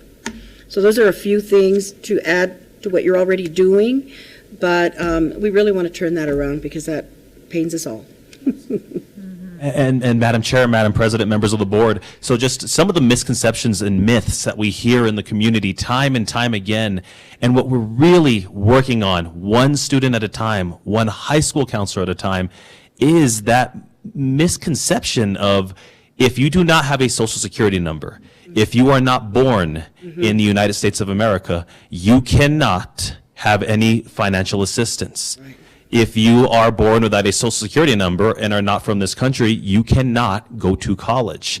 If you have a disability, you cannot go to college. This is what we are hearing in the community from adults telling students. And we are working diligently to make sure through our community partners, through the Santa Fe Public Schools, that we are going to break down that myth one person at a time.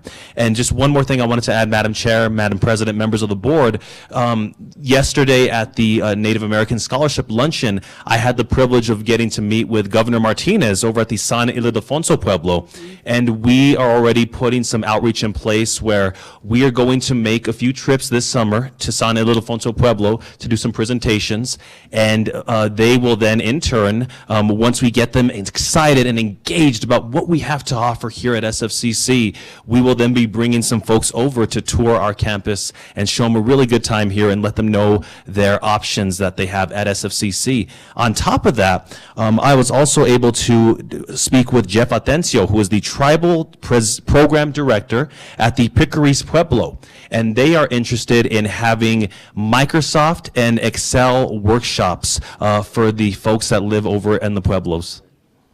Madam Chair. Nice. Madam Chair? Yes. A quick question? Is it? Please. Okay.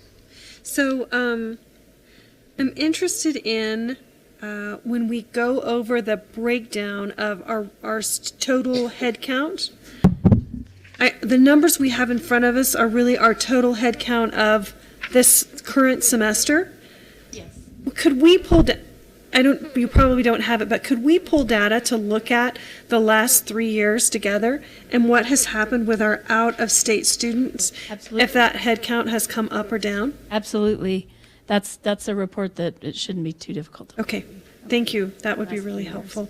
I know that we made some changes in our tuition structure, and it would be nice to know if there was a big impact there. Absolutely. Thank you. Anyone else? Jeff? Madam Chair and all you folks, I've always been not only interested but committed to trying to address this enrollment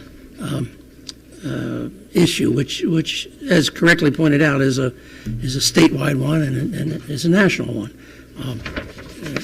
But it's just like when the country was in a recession, it didn't mean you still didn't need a job, so you had to work harder to get it, and many people did. I was one of the events I went to was the Lannel leadership conference here, which was very well done, and which the president mentioned previously. And I took the Fab Lab tour And I was interested in there, and there was a LAML representative there too. And right now, most of the employees that are involved in the machining technology come from CNN, not from Santa Fe Community College, because our program is very much in the incubator stages. But I looked at the catalog afterwards, and I've also been concerned about our scheduling, and I know we have a scheduling task force, and I assume we'll hear from them perhaps next meeting or the one after, again, an update. But I noticed in there that a prerequisite for any of the machining technology programs is the safety course. So that means you have to take the safety course, and the safety course, and none of the courses are taught in the summer, only in the fall.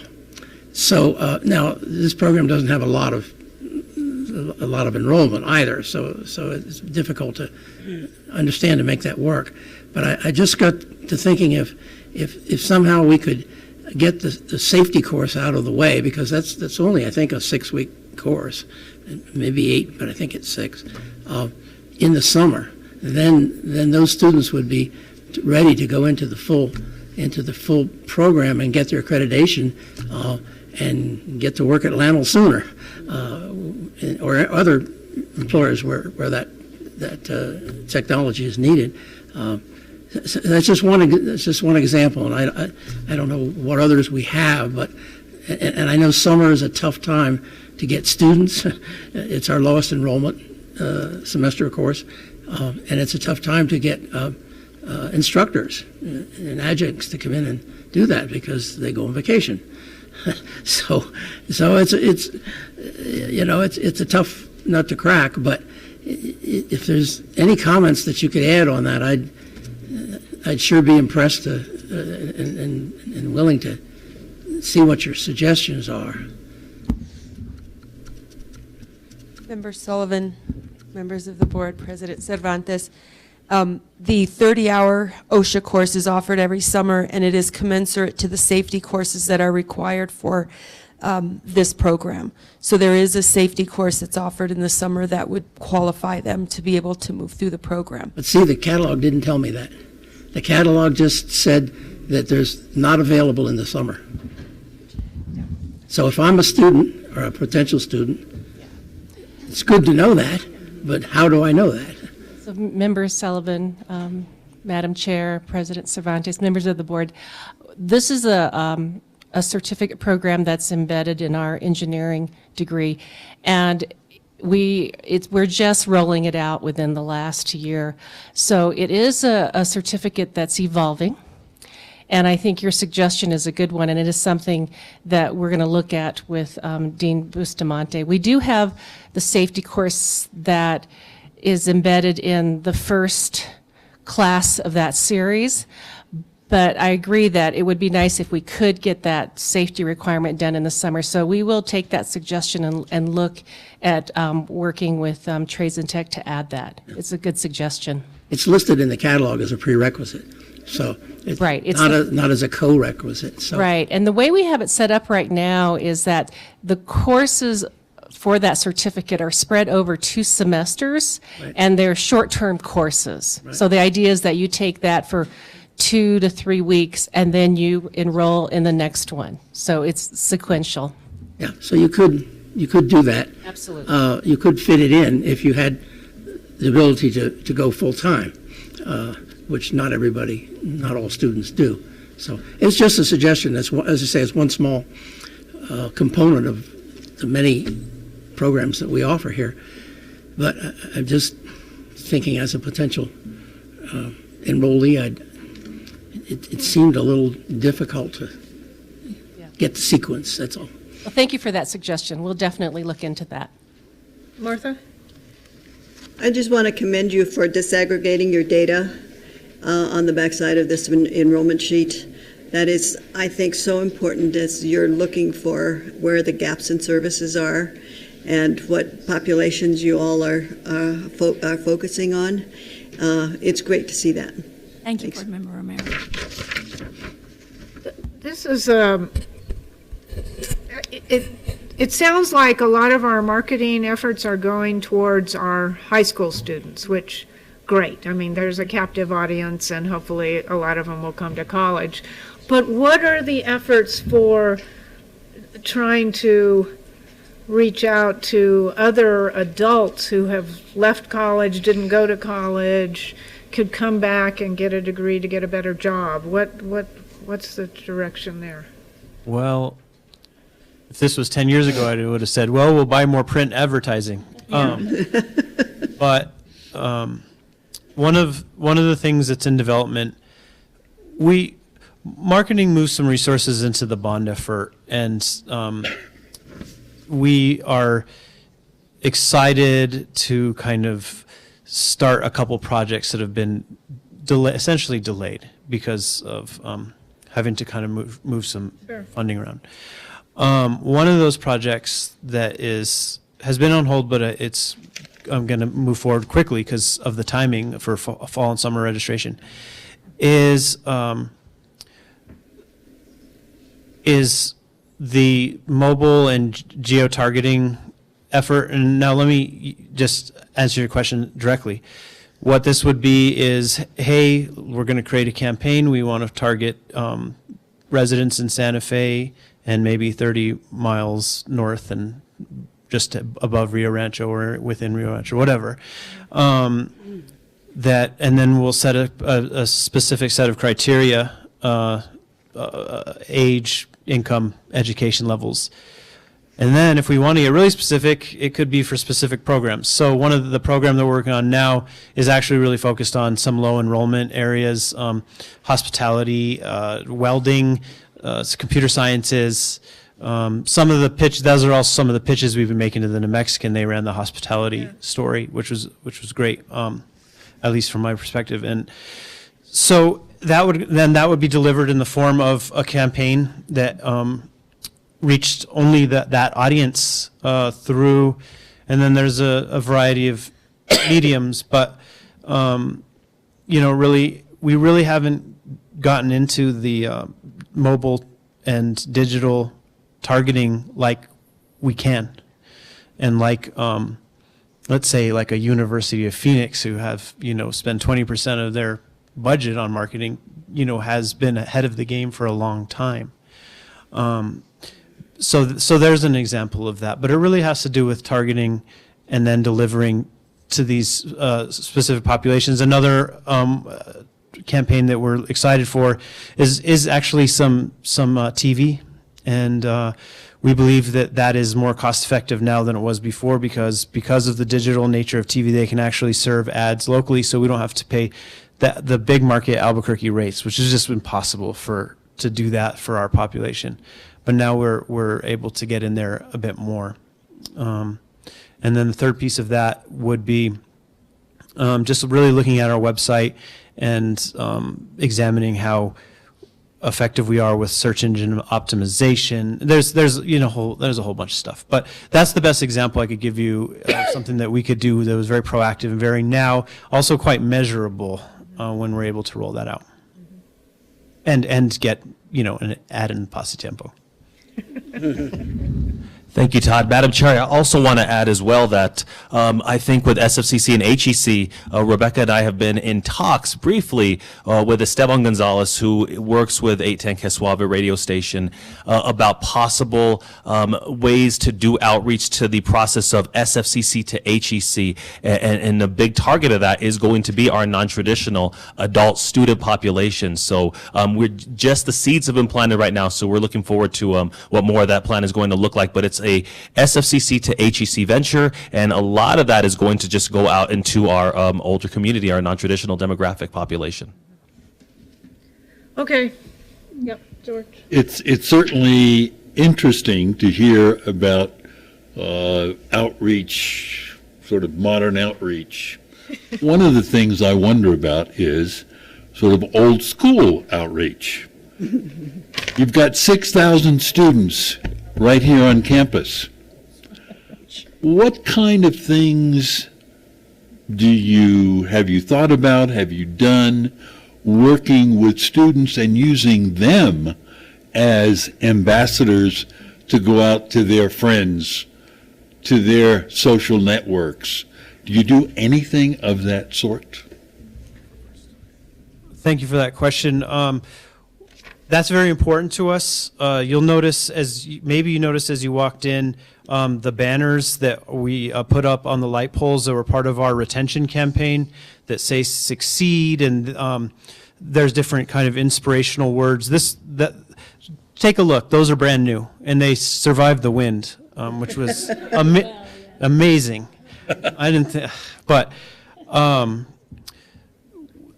That is, okay, so the central component of that is the heroes, and we call them the heroes. Those are students and people who we know the value of students being on campus and seeing other students like them, not just in person, but also represented in everything from art and murals to examples on the wall so that you feel represented.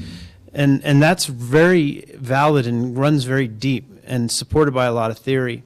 Now, so we deeply believe that the students themselves are probably our strongest ambassadors. So another example of that is instead of running advertisements in print that have just said registration is happening, come in and register.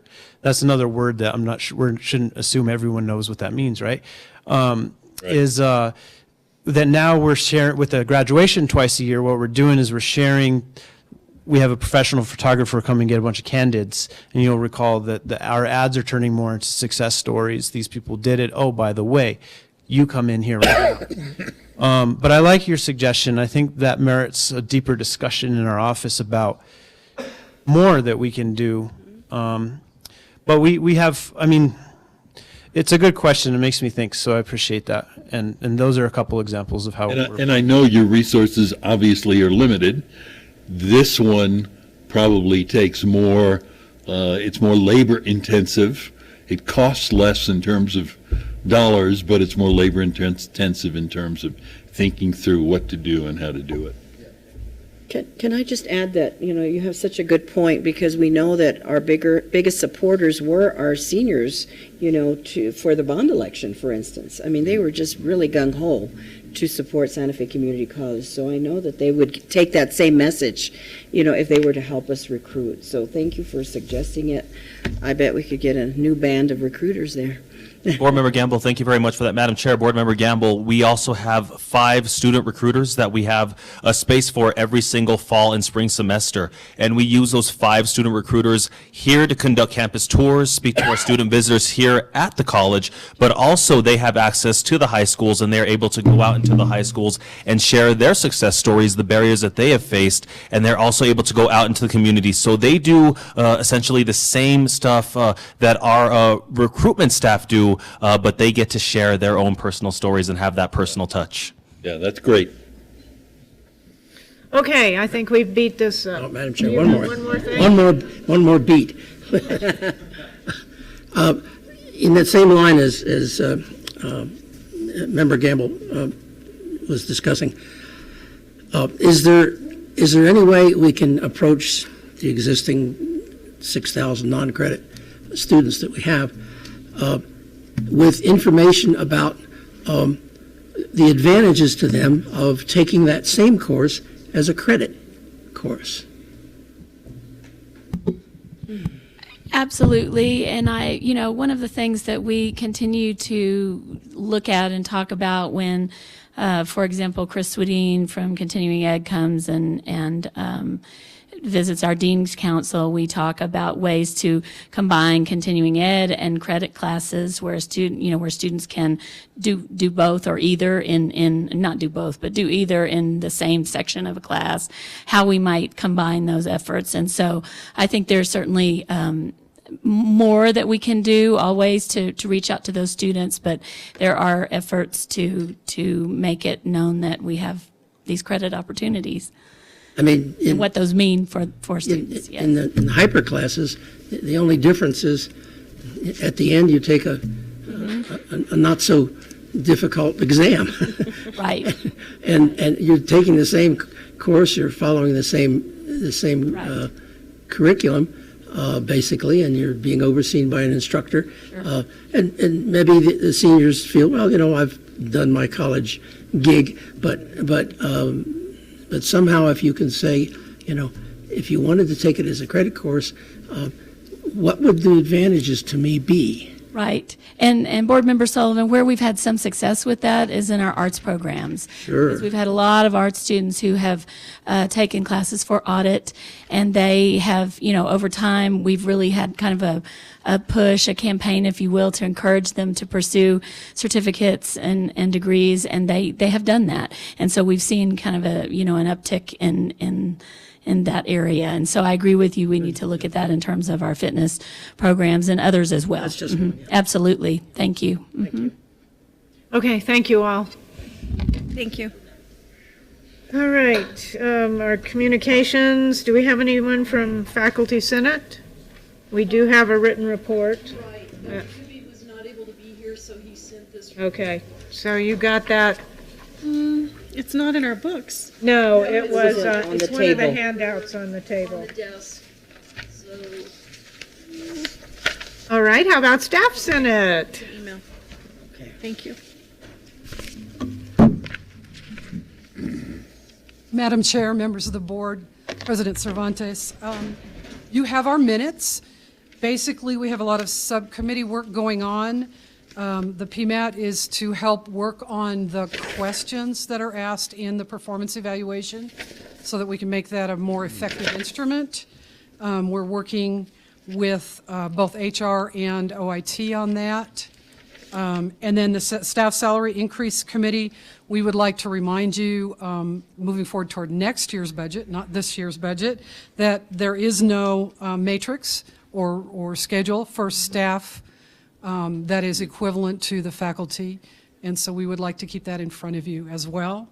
And then we had one request, if we may, and that is to consider having a morning or afternoon board meeting once a year so that the entire campus who happens to be busy in the evening might have a little more access to you. So we'd like you to consider that moving forward. Interesting, yeah. Okay, thank you. 7:30, okay? Recommendation. For me, but,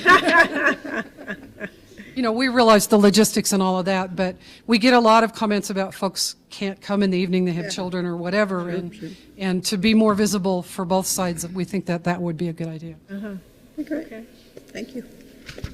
any questions? Yes. Have you discussed the possibility of a matrix, a salary matrix for Yes. staff? Member Gamble, members of the board, we had proposed some options. Last year, the budget being what it wasn't viable at that time. We look forward to Terrence Donaldson, our new Executive Director for Human Resources, starting in May, and the opportunity perhaps to work with him. Our understanding is that the budget monies from the increase in the operational mill this year are going to reserves, and we fully support that. We recognize the need for that. But as things change in the future, we've had several scenarios that committee continues to work on making the most viable option, and I'm sure that we will present that to you at some point before the next budget cycle. Great, thank you. Okay. Thanks a lot. Thank you. Student government. Good afternoon, Madam Chair, members of the board, and President Cervantes. So I do have quite a little bit of a report today. So April 12th, we attended the YES conference, and I attended as an SGA representative to the YES conference in Española. There was a lot of high schoolers, middle schoolers that were attending this conference. It was very successful. There were a lot of attendees. Also, we do have our treasurer attending the governance council meetings now, so she is attending those. For this month, we have had several friend requests. We had the Glass Club, Fashion Club, and Raw Data Club. All three have been approved. Last week we had the SACNIS presentation, which will be getting voted on this coming Wednesday. Today we had the Cool as Ice event. It was very successful. To what I was informed was we distributed around 800 sandwiches, lunch boxes that we provided today. There was food, music. We had an amazing band. There was ice cream contest, which President Cervantes and myself were judges there. It's a rough job. It was so hard. There were clubs present, organizations, and I really have to thank everybody that is involved, from our custodial to everybody in OSD, all the organizations, the Freedom Ambassadors, Student Ambassadors, everybody who put and who assisted with this event. It was very, very successful. We were very happy. Also, we have elections coming up for SGA, and the day to go vote is April 30th and May 1st. We do have someone running for a vice president position, which is Frida Sigala, and we also have someone running for the treasurer position, which is Isaac Arellano. And also, I will continue as president for another year. And also, my historian will stay, Samantha V. Hill. Also, Senator Kalish will be staying with the team. Also, this weekend we will be doing our SGA retreat to talk about what has been successful, what needs more improvement for the fall and spring semesters. Also, President Cervantes will be coming to our last SGA meeting, which is May 2nd. And that is it from our side. Any questions? Questions? Does someone facilitate those retreats, or you do it yourself? Or? We it consists of the team and also our advisor. Oh, okay. And we kind of go through, but I don't know if you'll remember, last year we reported we were going to Los Angeles. We went and we actually obtained quite a lot of very valuable information that has helped our team grow in many ways, but also there's always room for improvement, and that's what we want to accomplish to be successful for our students. Great. Thank you. Thank you. Thank you so much. Okay, our consent agenda has nothing on it, so we will go to the items removed from the consent agenda. The minutes from the work session, March 28th. Do you have some changes, Jack? Madam Chair, just a couple of items on the minutes of the work session of March 28th, and I'm on page C2 of the book. I had a question down near the bottom of the page. These were various presentations about the Achieving the Dream Conference lessons learned, which was quite interesting. One of the comments down near the bottom by Corey Bergen was that customer service is seen as a hindrance to student success. And I really didn't understand that one. So, and didn't remember it that way, but so if there was anyone that could explain that to me,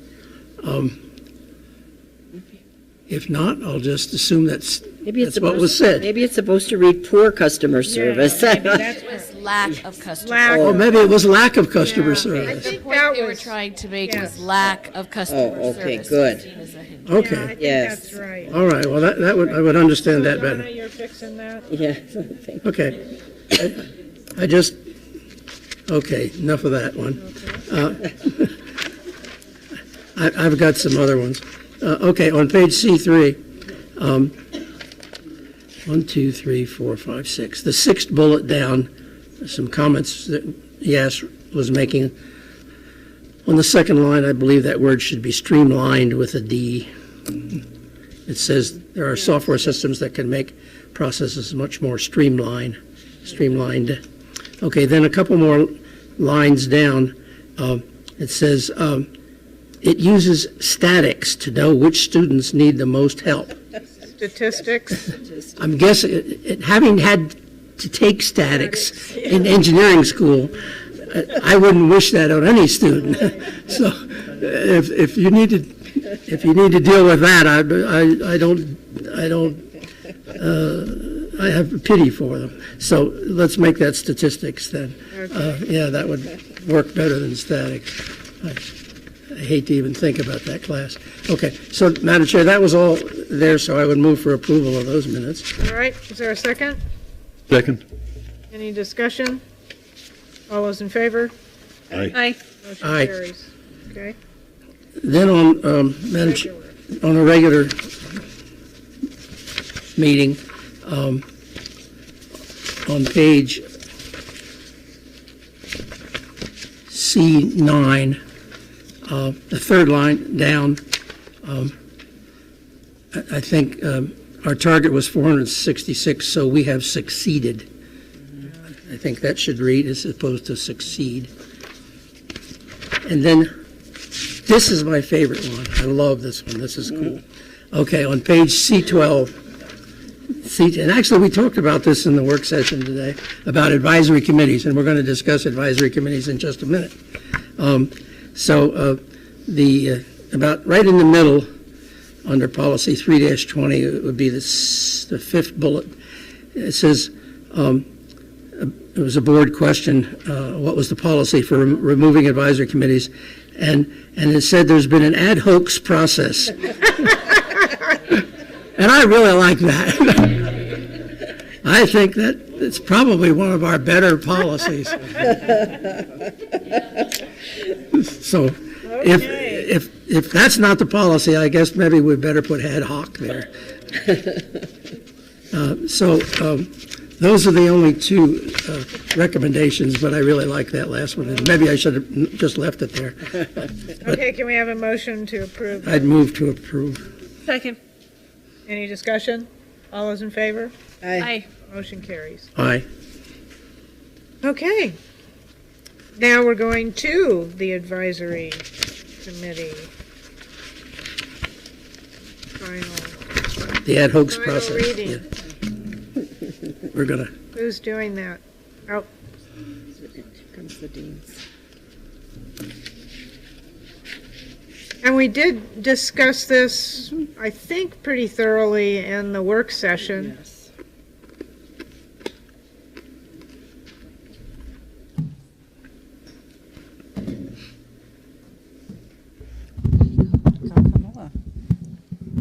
So rather than go through it, did we have any other questions or anything else we want to clarify, or do you all want to say anything? Madam Chair, President Cervantes, board members, we don't have any further statements to make regarding the document. Those highlighted areas are the ones that have made the changes. We discussed this in our work session. Based on the comments from the last meeting. Based on the comments from the last meeting, I think we will take the amendment to say a minimum of 2 meetings per year, not necessarily semesters, because if it works for somebody to do it in the summer, they can do it, but we say minimum of 2 a year. Okay. I would move approval as amended. Is there a second? Second. Any further discussion? Thank you. All those in favor? Aye. Aye. Okay, we did not discuss the facility allocation. They're happy. Who is doing the facility allocation? Henry? I guess Henry. Henry is. Me and Laura, it's members of the board, chairman, interim president, Dr. Cervantes. This is the facilities allocation and use, and this is the final reading. And there were no changes from the previous. Oh, we didn't have any recommendations? No. Okay. Yes, there were changes. Well, it looks like, C22. yeah. Were these changes from the prior meeting? All reallocation. There's yellow highlights. C22, is that the one you said? C22? College may enter into. Laura, do we have any changes on this one that were? From the previous. Previous, they were. Okay. Any questions on this? Madam Chair, I think the staff's concern on this one was that that there were being conflicting uses of facilities without putting them through a centralized approval process. That's accomplished now, isn't it? With these changes. Yes. That was the goal, was to separate that and fix it with this addition. There's also another policy for how we rent and lease space, and that policy is in the development stage. Right, okay. And that's Right. where we have the political activity and, Correct. yes, Yes. refer to And reduced. solicitation. Yes. Okay. Yeah. All right, can we have a motion? Let me just ask Okay, you have a one question. Indeed, the other policy that has to do with rental space, I guess I have wondered, given that these two policies both deal with utilization of space, why there couldn't be a single policy that more or less, because many of the aspects are the same. I don't know if you want to comment on that, or? Chairman, Member Gamble, and members of the board, this particular policy is specifically on how we use facilities, how we use and designate space of facilities. The other policy is just on how we lease those facilities. It's the lease and rental agreements and how they pay for those facilities in those agreements. But the use is already covered. They still have to follow the policy of the college on how they use that facility. Okay, so. Yes. So the use, the allocation of the facility still goes through. Yes. As per this policy, and the other one simply has to do with. How we manage the rental or lease of that particular space. So, yes. So those couldn't be listed as separate elements of the same policy? It just, to Member Gamble's comment, it seems to me that it's easy to overlook one if you don't have them together. Yeah, we talked about that, and perhaps Laura, you can elaborate a little bit. I mean, we reference it in here, but as Yeah. far as Yeah, but Well, couldn't they be next to each other? Madam Chair, members of the board, Madam President, if you're talking about the lease policy and not the sponsored or donated space policy, you may recall that we've set up our policies in different sections, and those sections relate to the board member, the executive team member responsible for those areas. And so Henry and Plant Operations Management does not handle the leasing of space. The Marketing and Public Relations Office does through conference services. So that's why rental falls under that area. And that's how it was laid out in the different sections when they were first revised. So if I want to rent a facility, how do I know to go look for this one? That I go to another manager to? Well, unfortunately, or perhaps fortunately, I think the general public doesn't normally go to the policy for that. So they look for rental. They'll just do a search on our website, and then conference services and the application, and all of the information will come up for them that way. And under scope and applicability in this policy, it's listed.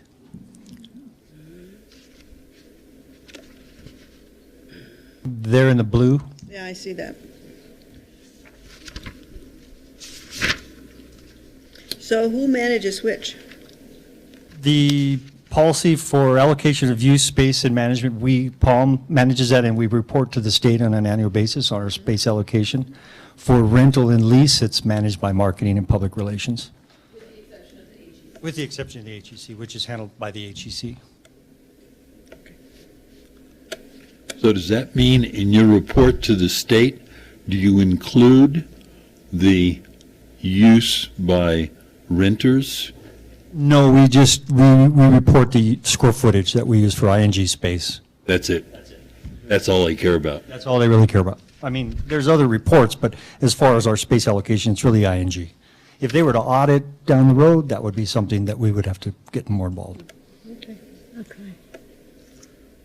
Madam Chair? Yes. And I would point out on page C20, there's yet another policy that's in the same category here, which is policy 132, which is sponsorship of college space or facilities.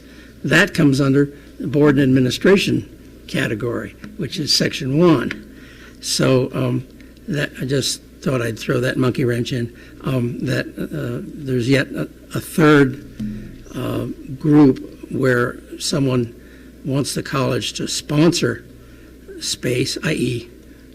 do it without charge, and then that comes in a different approval scenario. So that's the way it is right now, and I guess if there are any comments on that, we could discuss it, but I just want to be sure we understand that there's actually three different places that you go for the policy. That's correct. Okay. Do we have any other comments, questions? Can we have a motion? I guess not.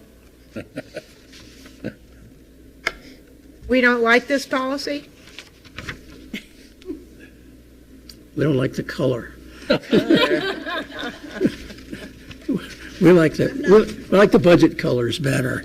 I'm not convinced that that can't be more effectively operated.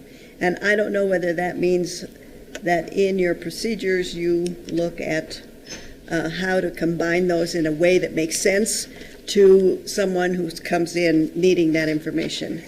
It just seems to me that we are creating so many segments in here that you all could streamline if you thought about how to do it.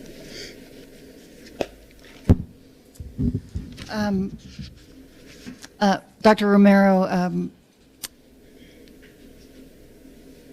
members of the board, I do think that we could probably streamline these. I have basically focused on updating the ones that were out of date and keeping them in the sections that were pretty much, laid out when I inherited the project. So we could definitely think about that and see how it could be better. I understand that, and I appreciate that, but I think this is also an opportunity for us to streamline places where there is confusion.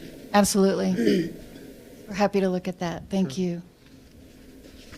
So do we need to put this off until you look at that? Madam Chair, members of the board, I would ask, since this particular policy, 5-4, was approved less than 2 years ago, I would ask that we update it as requested by Mr. Mignardo, mainly because it helps strengthen the process, which internally has perhaps been confusing as well, until we're able to actually look at it, since that's new information and a new request, look at it in a new way, so that at least these changes, which were fairly minor but yet effective, could be activated. But if these are minor changes, why can't it stay like it is until you look at the others? Dr. Romero, I'd love to be able to accommodate looking at all of the policies and seeing where they can all be streamlined quickly. But I would hate to hamper or inhibit Henry's ability to move things forward and more smoothly within this one policy. Does that make sense? I mean, it does seem to have some requirements that haven't been in place before, like you have to have documented approval from certain people, the executive team and the plant operations, and that all renovations and furniture requests require prior documented approval. So it seems like it is doing some... It streamlines our operations significantly and provides authorization authority for all of these actions. So it's a very positive Can I add that I believe there's been some cases recently when Palms has not moved furniture and you've been looking for it and someone moved it across campus And we don't know, and people get hurt moving furniture, and that's Right. not in their job description. Right. We try and help that by allowing us to do that. Would we have, if we go ahead and pass this at this time, can we revisit it 6 months from now and change that? Absolutely. If we streamline it more? This 5.4 has been in existence for years. It's an old policy. The two policies that are being discussed are really in development stages, and it would be detrimental to hold this policy back for two that are really being developed. Member Gamble, I think your suggestion is very valid. Let's continue with the way we've been operating our facilities use, and let's continue to develop our lease and donated space policies and see how we can merge those over time. Right. I move, therefore, to pass this policy. Is there a second? No, second. Any more discussion? All those in favor?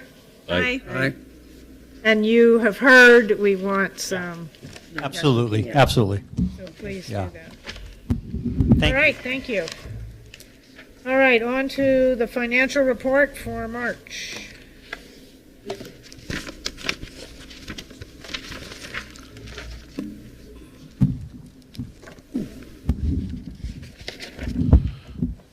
Good evening, Madam Chair, board members, President Cervantes. We're here to present to you a financial report for the end of March. We've been providing a lot of reports for you, so I'm hoping that you can keep them all straight in your head. So to keep this real brief, we went through this yesterday at the Board Finance Committee meeting, and we did review this with the Financial Oversight Committee in more detail. So at the end of March, we had a cash balance in our operating bank account of $7.4 million. That's compared to $6 million the prior year. So $1.4 million in positive improvement in cash in bank there. Tuition fees were up by 5% at $7.3 million. And that's an increase of $322,000. As we discussed, that's a lot attributed to the continuing education and contract training area of our budget. Local appropriations revenue is at $12.1 million, up $900,000, and that is up 8%. And state appropriations are at 7.2, down just slightly under 1%. It's really down $49,000. We have total instruction general revenues up by a total amount of $964,000, and they total out to be $27 million in revenues. And ING expenses are down $1 million. That's about 4%, and they're at $24.5 million. If you look at compensation, ING compensation is down 5%, $970,000 compared to last year. And supplies, expense, equipment are just about even at about 67, being down just about 67,000 when you compare it to 2017. If you look at public service, we have net income of about $68,000 amongst all of our different line items in that category. We like to focus on Kids Campus. They were showing a deficit of $2,000 at the end of March. If you look at auxiliaries, which is the bookstore and food service, combined, they have total net income of $72,000 at the end of March, and we have deficit in food service of about $12,000.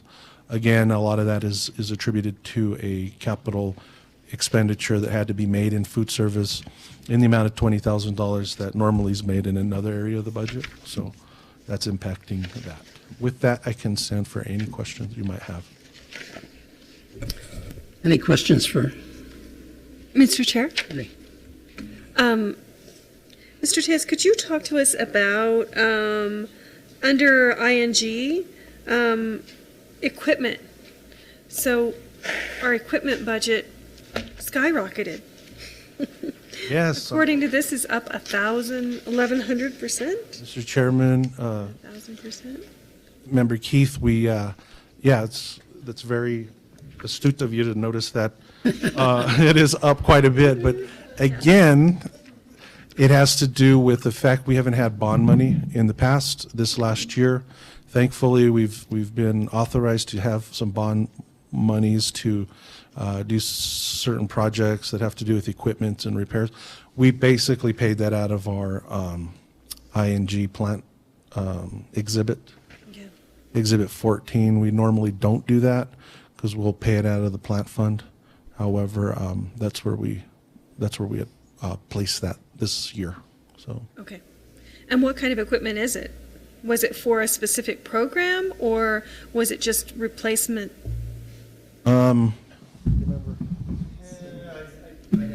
Equipment. Okay.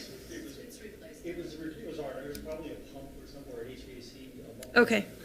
Okay. So it wasn't necessarily for programs; it was for facilities and operations. Okay. Nick, didn't we have an expenditure for a piece in the food services also? That's correct. Yeah, I remember that. Mm-hmm.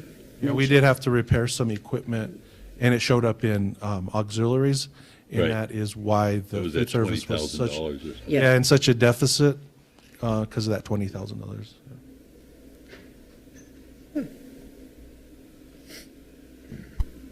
Other questions on the financial report?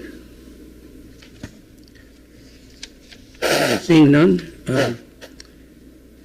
these are just, these are action items. Is there a motion? I move we accept the financial report for the month of March. Second. Moved and seconded. Questions? All those in favor say aye. Aye. Aye. Opposed? Motion carries. Okay. The approval of the state budget request bar 2, which we have spent hours on, I think. Yes, and at our budget retreat, I did present a PowerPoint.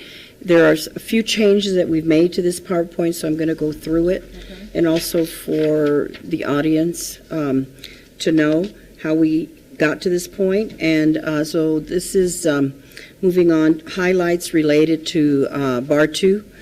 And the next slide, ING fiscal year 18 revenue and expenditures. Our revenue was $380,000 upward, with an upward revision due to a net change from local mill levy tax improvement, enrollment decrease, and East Wing Eatery revenue decrease. Our expenditures were upward $412,000 due to an increase for maintenance and increased costs for adjunct instructors.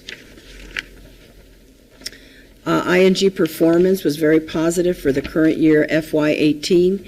We expect to end the year with nearly $1 million. The ending fund balance meets the HED requirement of maintaining a fund balance that is 3% of expenses. Earlier in the year, we transferred $500,000 to reserves from ING in bar 1. Public service. Our revenue revised upward by $147,000 due to Kids Campus outperforming the original revenue budget forecast. Expenditures revised upward by $702,000. The SBDC has decided to spend a portion of available fund balance in FY18 of over $555,000, and it's in correlation to increased revenue because Kids Campus expenses increased. Our budget assumptions for FY19. Preliminary budget assumptions, our priorities are to continue to increase cash reserves, increasing compensation by 2 to 3%, enhancing student success efforts, meeting legal and compliance requirements, and there's no tuition or fee increase. Mill levy increase. The approximate anticipated increase is $2 million in new money from the 0.35 mill levy increase. $2 million has not been included in the FY19 budget. Once the funds are received in December of 18, the funds will be transferred to reserves, and bar 1 will reflect the revenue and the transfer. ING revenues for FY19 are expected to increase by $339,000 due to a slight increase in local mill levy revenue and a substantial increase in state appropriation. The proposed compensation package increase is next. The compensation increase, compensation funding provided by the legislature during this year's session and additional available revenue anticipated for FY19. The proposed compensation changes for regular staff budgeted positions, 3%, for adjuncts, 3%, for academic directors, temporary and first-year probationary faculty, 3%, for collective bargaining unit faculty, $111,085 is the aggregate amount to be negotiated, which includes increase and benefits, and we have followed the historical approach that we've always used for this category. It's our best estimate for identifying an aggregate amount to be considered at the bargaining table. And then for the minimum wage was increased from $11.09 to $11.41. Next is our budget requests. $310,000 has been appropriated for budget requests, which includes 2 staff positions for administering and supporting the $17 million in local mill levy bonds, and we know that we'll be looking at making a change in the project management position based on what our bond advisors and attorneys have recommended, as long as we're very, very careful to ensure that this position is dedicated to managing the bond monies. We will be hiring an accounting position that is sorely needed in finance. We'll be hiring an automotive program position. We'll be making an enhancement to the IBES program. For emergency medical assisting, a coordinator position, and a 1-year position to support our efforts in developing meta majors and in developing enrollment management strategies. If we're able to free up some resources related to that project management position, then we'll go back to the budget request to the highest priority to see where we fill. Regarding insurance, increase in insurance costs has been budgeted in the preliminary FY19 budget, which includes general liability, property, and casualty insurance of $17,657. The health insurance increase, medical benefits will increase by 7.4%, dental will increase by 5%. As I stated earlier regarding the minimum wage related to the Santa Fe living wage, although we're not required as a college to participate in the Santa Fe County living wage requirement, nevertheless, we have prepared the FY19 budget with a new living wage amount of $11.41 an hour, up from $11.09 an hour. So our budget is balanced. We've been able to provide it by reducing current costs by an amount of $228,000 through a combination of meeting with department heads to right-size supplies and right-size supplies and expense budgets, program closure, and removing a position due to an anticipated retirement. Are there any questions on this? It just changed slightly from our budget retreat. I just have one question about the minimum wage. Did we have very many employees that were at 1109?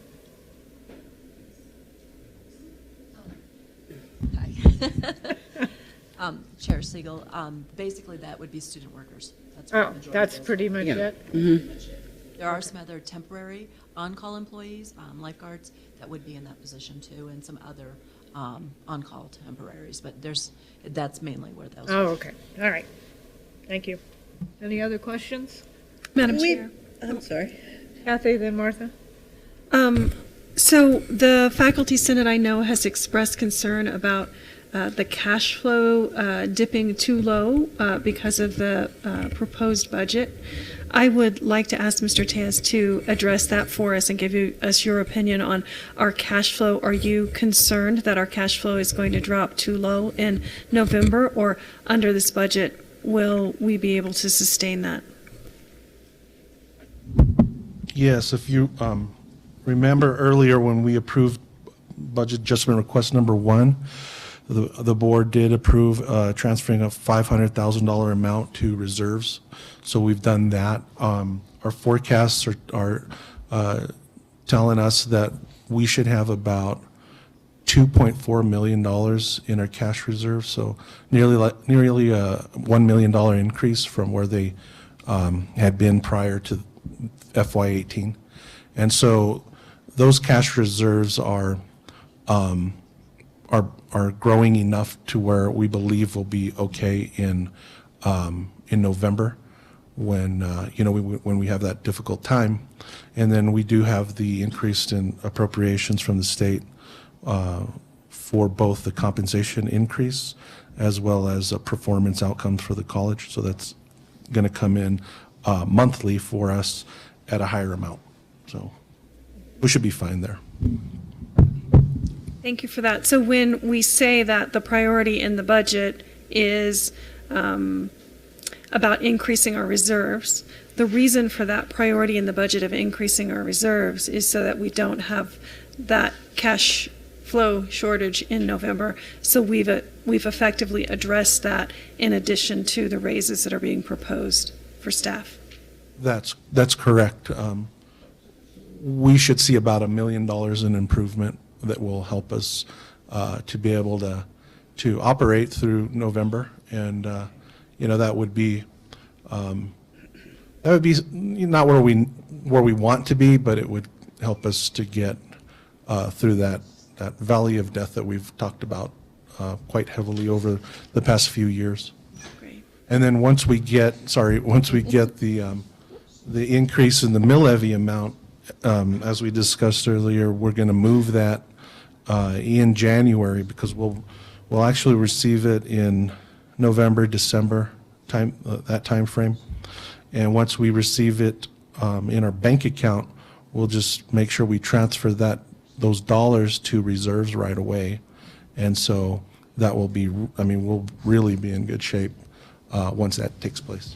And additionally, the original budget had planned on putting $842,000 into cash reserves, and we added an additional $500,000. So that does mean with this budget year of fiscal year 18, we are going to have put in $1.3 million. I'm getting old. This is really funny. We're going to put in $1.3 million into the cash reserves this year. Thank you. Thanks, Kathy. And just to add on to that, this increase really has been attributed to a large improvement in the local mill levy appropriation.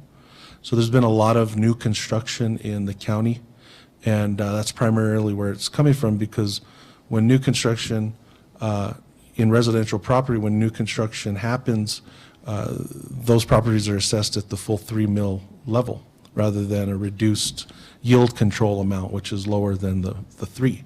And so that's where most of this improvement's actually occurring. So, yeah.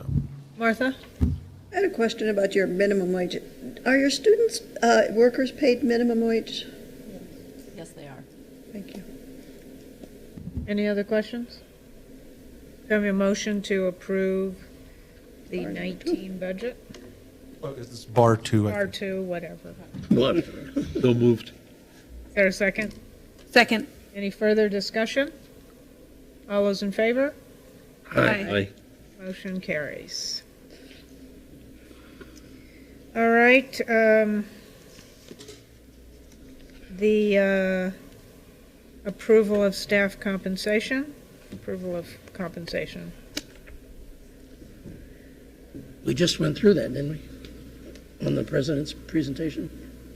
Was It Yes. was that a part of it. included? It was Okay. in there. It was a All part right. of it. So You want to back up to it? well, it's a separate line item, but we already approved it because it's within Yeah, the the whole budget. budget. Yeah, I think that was for purposes of discussion. So do we need to approve it again? I don't think so. We've always traditionally Have we done it actually separately? Yeah, it has been handled. Okay. That's why I thought it'd be a good idea. Make sure that we know we did it. All right. I just thought it'd be a good idea, Madam Chair, if we put it back up on the screen. Yes. Keep going. Go to That It was, was, 5, what are 6? it was near the end. no, it was in the middle. It was, There we go. There it is. Yeah. 9. Mm-hmm. Madam Chair, I'd move for approval of the staff compensation for fiscal year 19. Is there a second? Second. Any discussion? All those in favor? Aye. Opposed? Motion carries. Thank you. Okay, approval of tuition.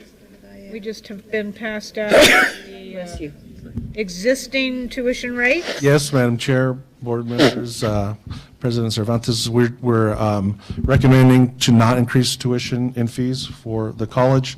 And we provided the current tuition and fees in a memo from myself, Dr. Cervantes, for your review. Madam Chair, I move we adopt tuition rates and fees and keep them the same as FY18. Is there a second? I second. Any discussion? Madam Chair? Jack? I don't see the hyper fee on here. That's a facility fee. And that's, I don't know, it's published in the in the class schedule, and that's actually just a facility fee, and it's not in this one because it's a specialty fee just for that facility. It's essentially like a lab fee, and we don't approve all the various lab fees for the various courses. Well, that we did. The board approved that fee was it year before last or last year? And that was because there was an increase on it. Yeah, big increase. Yeah, we don't usually do the Do lab facility fees, I know, or but we did on that one. Yeah, Yeah. I mean, it would be the same as FY18, so that fee Right. would not increase it. In case anybody wants to know, it's $100. So, per class, but only one time fee. So if you take 3 hyper classes, it's still only $100. And you know. I know that. I pay it. All right, is there any further discussion? All those in favor? Aye. Opposed? Motion carries. All right, now we have the budget for the Higher Education Department, which is just that form. Yes. I don't think that's in the book, is it? We did looked have a at copy of it, didn't we? We looked at it earlier, yeah, at the work session. If you're looking for the form, it is under your budget book, in the Exhibit budget 1 and 2, and it's underneath, it's the first page in this template, Yes. and so it's the 4 squares. 4 squares, are those three columns. Yep, Mhm. exactly. which is the formal form It is that the must formal. be submitted in that format to the HE. Higher Education Department. Yes, Yes. with an original signature. And it must be officially approved by the board, which is Yes. why we are voting on it, even though it contains existing information. Yeah, Okay, that you've already approved. right, that we've already approved. Exactly. So can we have a motion to approve this form? So moved. Is there a second? Second. Any discussion? All those in favor? Aye. Opposed? Motion carries. All right, I think Now we have a budget. Thank we you. have a budget. Thank you all for your hard work. Thank you, Amy. Thank you, Nick, and all your team. Now you can celebrate tomorrow when you get home. And now the next agenda item, Nick, is the bond resolution, Oh, wonderful. which we have also discussed in the work session and in our finance committee. So just give us the high points. Yeah, so as we discussed earlier, we're asking for the board's approval of essentially a resolution and other documents associated with our bond sale. Our $17 million bond was approved by Santa Fe voters back in February, And this is to actually sell those bonds, at least a first portion of them. $17 million was approved. In this bond sale, we are intending to sell 9.5 million in 2 different types of bond sales. So what you would be approving is the authorization on the approved forms, the format for the forms of the official notice of bond sale, the notice of his intent to sell bonds, and the preliminary official statement. Preliminary official statement is used by investors to basically assess all of the different economic and local data to make their investment decision that's related to SFCC and basically the tax base in Santa Fe County. We have provided a lot of the content that is in that preliminary official statement, and we're still working on some of those things to be updated, but we are required to show and submit to the board that intent and the information that we intend to provide to investors who purchase these bonds. This resolution would also establish a Series 2018B bonds sale of $4.5 million, and those are taxable bonds that the state treasurer will basically sell for us. The other issuance would be $5 million in tax-exempt bonds sold on the open bond market. And the resolution also establishes all the different general projects that we would be using those bond proceeds for. The projects are the same that were presented to the voters on the ballot when they approved these bonds back in February. With that, I can try to answer any of your questions. And then the first 9.5 million would go for the automotive center and The fitness center the fitness center. and the Wi-Fi improvements that need to be made. That's correct. And then we would sell within the next year or two the remaining bonds of 7.5 million. That's correct, yes. Okay, is there a motion and the motion is to approve the bond resolution notice of sale and form of POS Series 2018 bonds. I so move. Is there a second?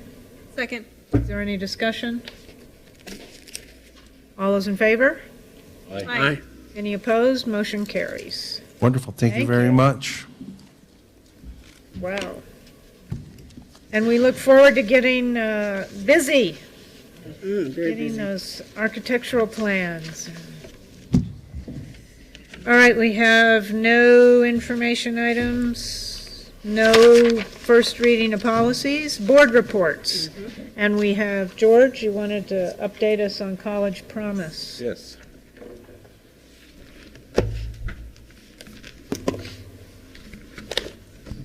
And if you don't mind, You're going to go sit in front of us? I'm going to go sit in front of you. All right. Oh, join you. Great. I want to see what you all look like.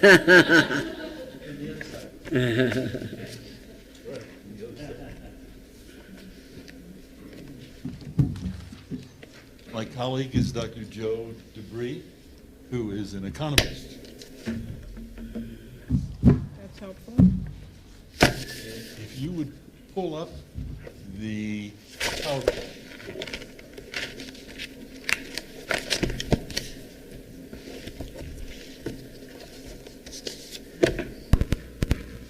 Great, thank you.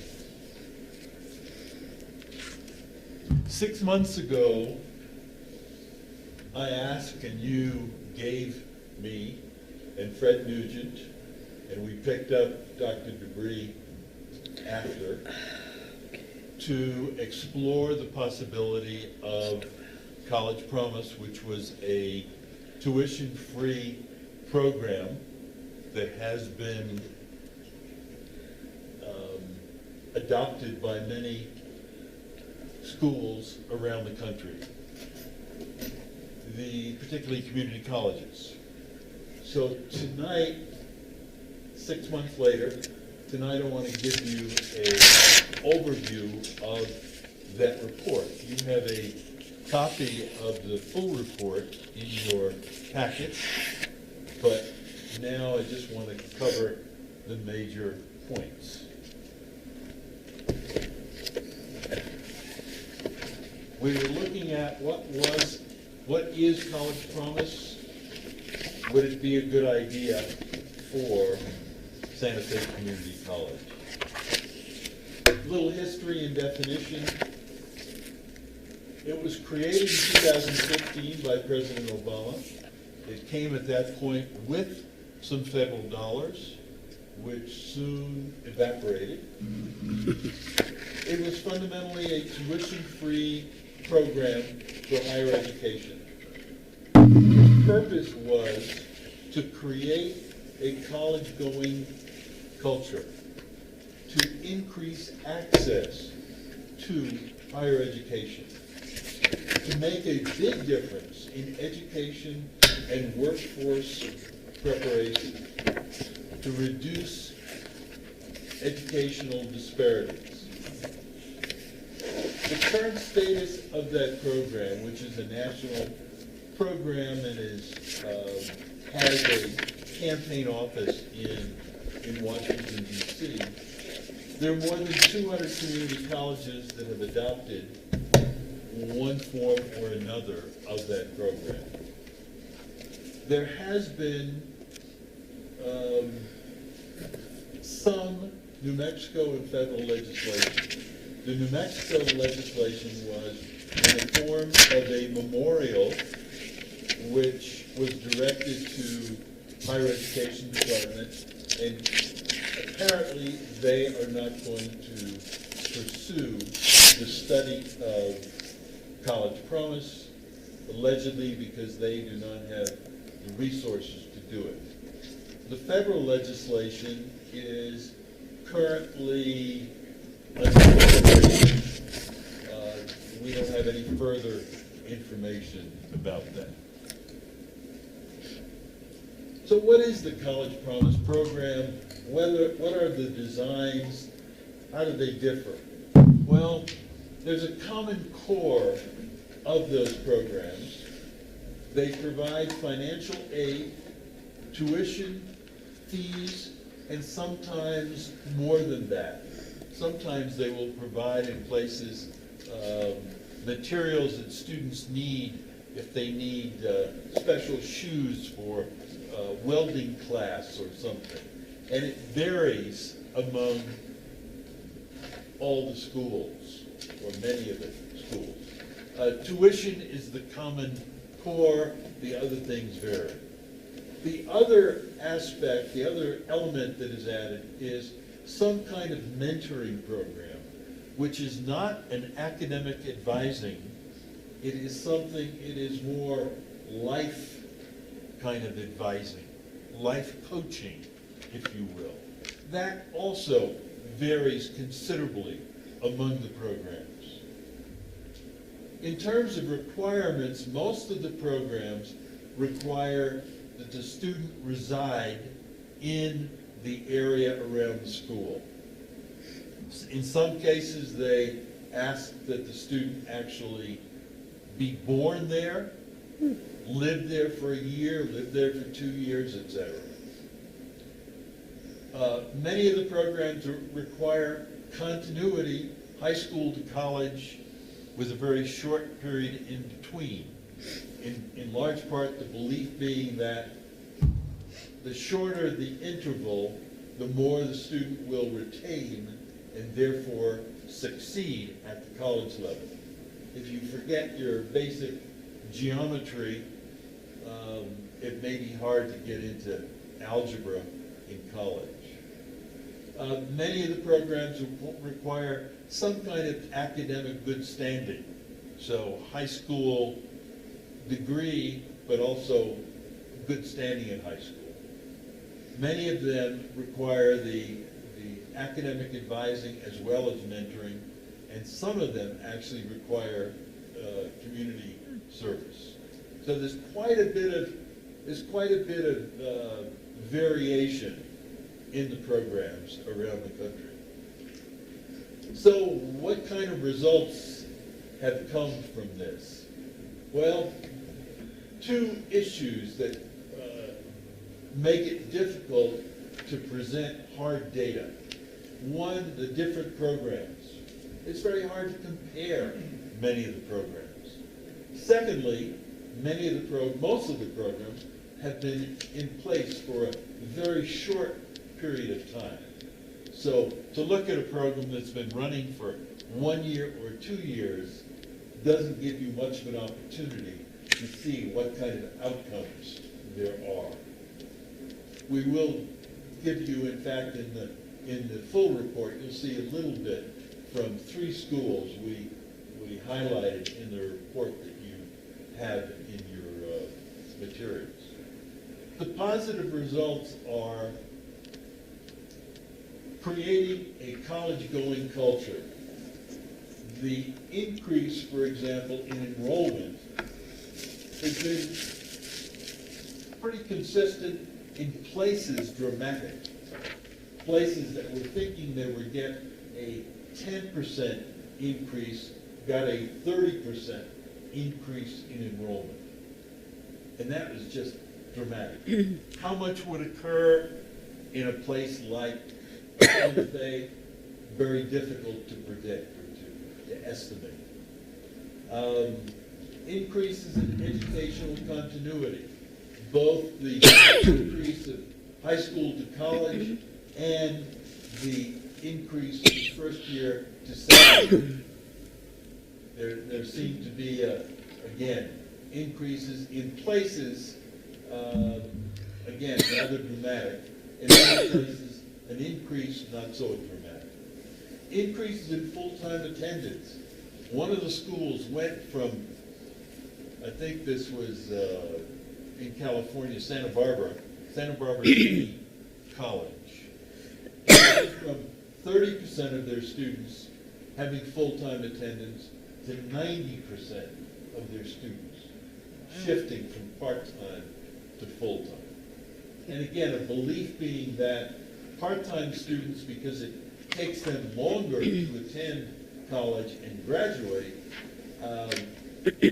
they are less likely to graduate or more likely to drop out, discontinue school, whereas if it's compacted over a short period of time, they're more likely to, in the next point, decreasing time to graduate and increasing graduation rates.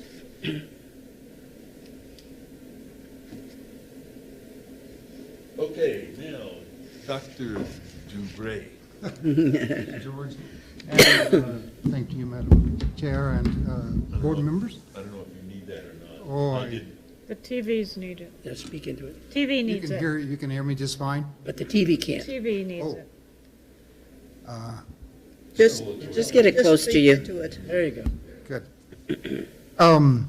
Yeah, as George has mentioned, we did some background research comprising in-depth telephone interviews with a number of programs, or leaders of a number of programs, and then the review of website data. The sources of funding vary quite dramatically across the number of programs, but there are, of course, more than 200 programs, and all of those programs started out in much the same situation as what Santa Fe Community College finds itself, and they had to deal with the same kinds of challenges of funding. I could mention two of the extremes that we discovered. The longest running program and probably the best funded in the nation is the program in Kalamazoo, Michigan. And that program is funded by very generous donations from private individuals, a group of anonymous private individuals. It has been running long enough that they have done quite a bit of research on the performance indicators. And as you would expect, you get a mixed picture, but the ones that George has mentioned, they've experienced those increases in enrollment, increases in full-time enrollment, and so on. At the other extreme is the Ventura, California program. It's a much more modest program, funded entirely by receipts from a swap meet and a farmer's market. They generate some $300,000 a year to cover the cost of their program. It is they limit their financial exposure. That program is a first come, first served. And so they have that $300,000 and they use it up according to the student interest. The types of college promise programs, broadly speaking, fall into one or two categories called first dollar and last dollar. And for the stylized kind of analysis that we've done, the first dollar program covers tuition and fees, and we have limited that to be a one-year program. And then under a number of criteria in which limits coverage, only full-time students, students that graduated from within the district in the previous year, and a number of other considerations. There's a wrinkle on that type of program covering all tuition and fees and without regard to monies provided from other programs. The California program does take into account monies provided under what is now called a California Promise program covering tuition. It has many similarities to the New Mexico Lottery Scholarship. The last dollar program, in contrast to the first dollar, covers tuition and fees only for those students who do not receive enough financial support from other sources to cover tuition and fees. But that's you need to bear in mind that students receiving support from other sources, that's primarily Pell Grants, if they receive any support at all, it's typically enough to cover tuition and fees. And that group of students would be those who were judged needy on the basis of their eligibility for the Pell Grants. So the last dollar program does exclude benefits from College Promise for that group of students. There are a number of parameters that have to be taken into account in costing out or providing what we would regard now as illustrative calculations of cost. They are the potential impact on enrollment, on full-time status of students, and on retention rates. And you have to assume that there is some impact, and that impact is going to be reflected in the cost estimates that you provide, but you can't know the numbers precisely. We've kind of got ballpark figures from what we've learned from talking to other programs, but if you were to do this more rigorously, you would do sensitivity testing around those parameters. The cost that we have presented here, or the data estimates that we've obtained for our first dollar program, I went ahead and included, with the help of Yash Marimoto, the benefits provided, the category of students that we defined for the New Mexico Lottery Scholarship. So the NMLS is the benefits. So as you can see under the first dollar program, that group of students, of eligible students, would have received some $50,000, an estimated $50,000 in benefits from the lottery scholarships. And then just for illustration, I've done some estimates of the endowment requirement if they were to be funded by an endowment. I think probably, and we'd want to check this, my feeling is that for the most part, the most financing is provided not from endowments, but from annual fundraising. That certainly is the case for the program which we spent more time looking at, and that's the Santa Barbara program that George mentioned earlier. They're hoping to get up to 80% from the endowment, but they're now getting only 20%. And you can see the differences in the dollar amounts between those, or our estimates of the dollar amounts between those. Just a couple of points to make about those.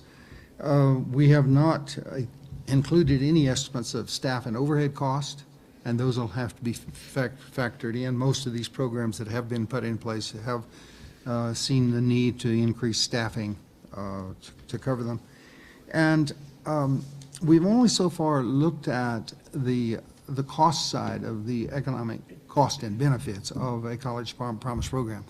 The benefit side of it is more difficult to quantify, but there is some research that would guide us in doing that kind of analysis, and there is an institute that has been created at Kalamazoo which has collected data from the programs all across the country. And we haven't looked at that data to see in what kind of performance indicators we might be able to quantify from that.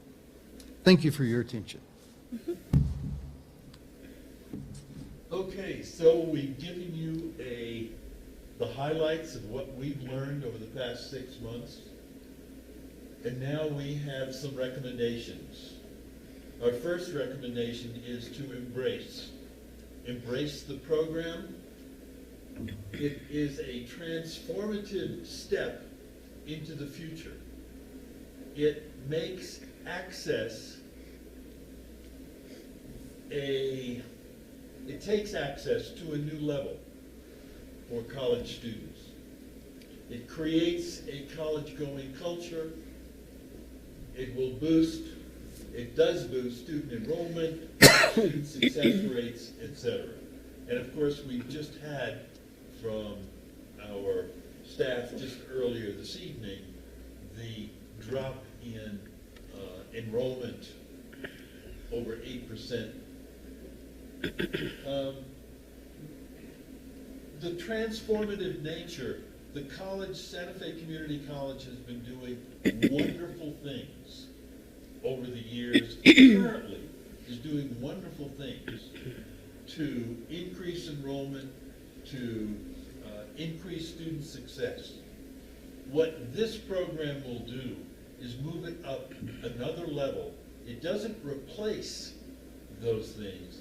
It sort of encompasses those things and enhances those elements to take away the financial restrictions that some students feel. So embrace the idea, and we recommend establishing a task force to plan for a Santa Fe Community College Promise program. Okay. Yes. Thank you. Good question. Please. So, if I'm understanding right, this would only qualify for students who are full-time, correct? The details of the program would depend on what the school decides. Okay, just, I want to put it out there, is sometimes I would like to see how many students are enrolled full-time, how many students are enrolled part-time, because sometimes, unfortunately, the students that are enrolled part-time like myself and other students. I mean, I don't have children, but I've seen from other cases where students who are enrolled part-time are enrolled part-time because they also have to provide for their families. Unfortunately, not many of us are very lucky to have resources to us to the extent where we can take 12 credits. So maybe if the college could consider, maybe if you want to pilot program this, maybe start off with students who do not qualify for neither the Pell Grant, none of the scholarships available here at the college. Maybe start with them, because in my situation, I've been turned down from scholarships and things because supposedly of my income, but they don't take into consideration what expenses I have. So I myself have been having to pay out of pocket, from classes to books to everything, and sometimes it does get a little hard. So maybe that would be a consideration to start off with and see where it goes from there. One thing that popped into my mind is I do understand that graduation rate affects the funding for the college and all of that good stuff. So maybe encourage students who do get this form of assistance to maybe pursue a certificate in the beginning. That way they can graduate with something, because that would help the college with the funding, correct? And then from there, continue pursuing them to not stop there. And I think that's where it comes to creating the college going culture where they don't stop. They'll pursue an associate's or a bachelor's. So that's just one recommendation I have from the student point of view. And me being a student here and having these obstacles, which thankfully I've been able to overcome, and hopefully I'll continue overcoming until the end of my degree. But there's some that it's a little bit harder for them. Good point. Thank you. Certainly, as I mentioned earlier, some of the schools moving from part-time to full-time, it was incredible to go from 30% full-time students to 90% full-time students. And again, it was simply they then had more resources, so maybe didn't have to work, had money for life. You know, when you look at the lottery scholarship when it first started, it was almost exactly that template where you had to graduate from a New Mexico school, you had to have a certain grade point average, you had to take at least 15 hours, I think it was initially, and it paid all your tuition. Those were the days when it paid all the tuition regardless of the level of school you went to. And then when the program started having financial problems, that's when they started paying less and less of the position to the tuition to what it is today, which is pitiful. But it started out almost exactly that way.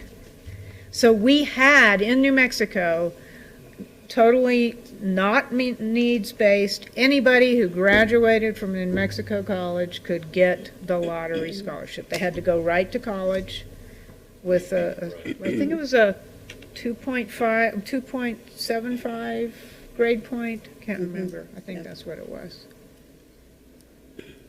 Yes. That was a long time ago. Yeah. I have a question. Obviously, this takes money, and how this is to be funded is a big question yet. The college programs I know of have a very large industrial base. They are in communities that have a lot of support from outside corporations, from outside groups. So Santa Fe doesn't have that. So that's a question. So then my second point about that is the foundation has worked very hard to create scholarships for students. And the recruiting, the fundraising option, because Santa Fe is Santa Fe, is thereby limited. So how would this program not compete with the money that the foundation goes after? Well, Yeah, those are heavy questions. I'm not sure I have the answers. I think that what this community does have is we don't have industry, but we have many people who are very committed to education, and some of those people have substantial wealth.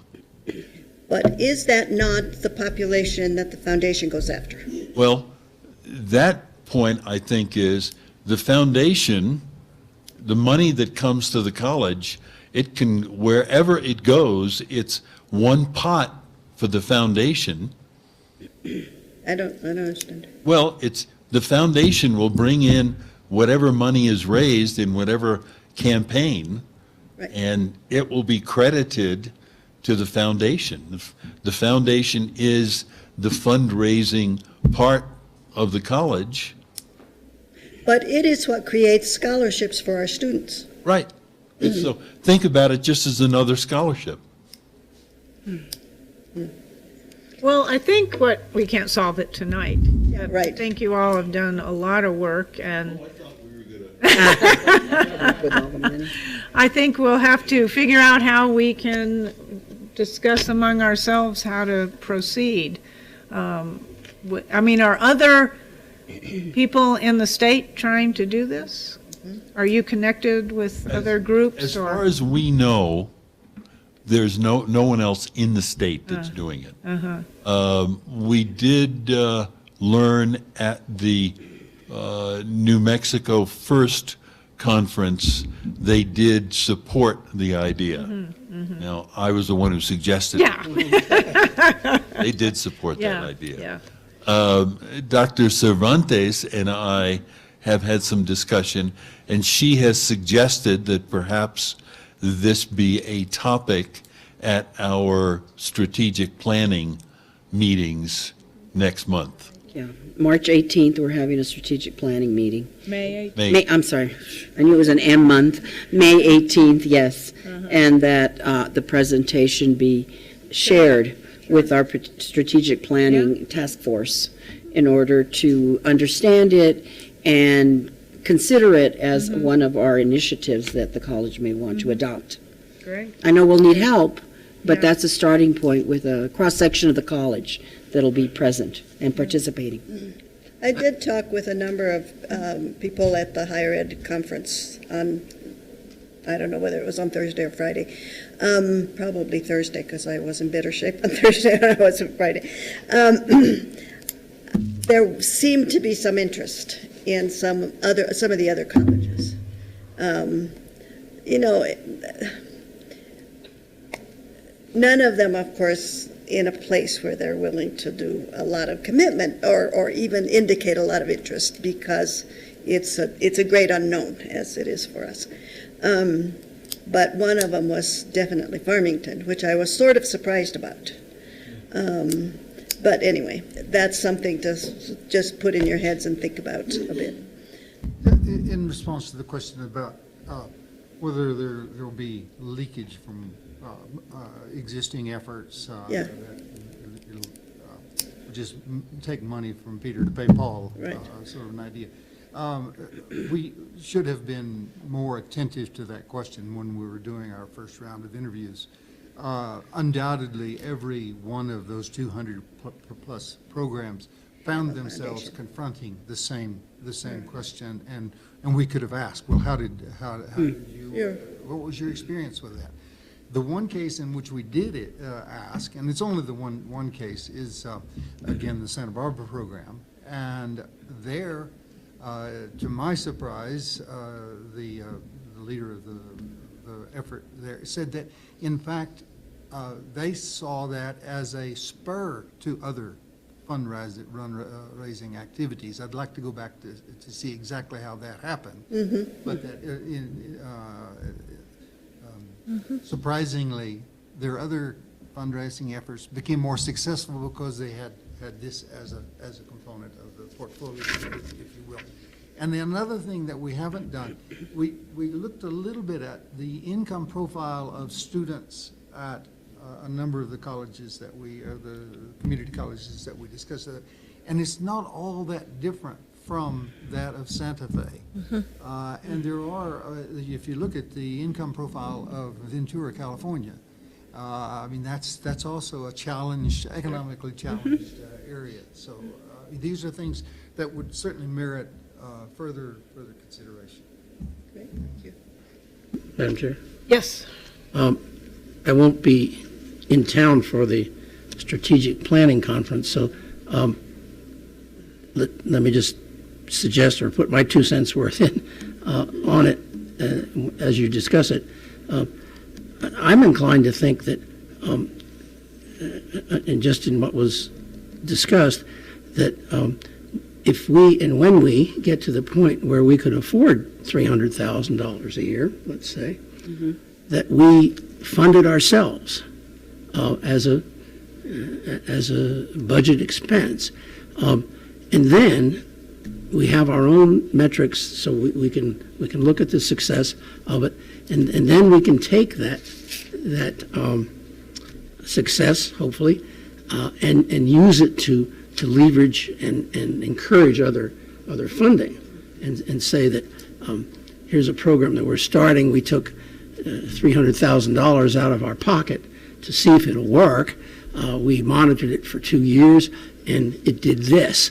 Now, what we found out was that we got more people than we thought we were going to get, and it's become, we're victims of our own success, and now we need to go out to the community and do this. And of course, it'd have to be done in cooperation with the foundation, but I think success breeds success. And so if we could get financially to the point, now we've just finally been able to give staff and faculty some decent raises this year.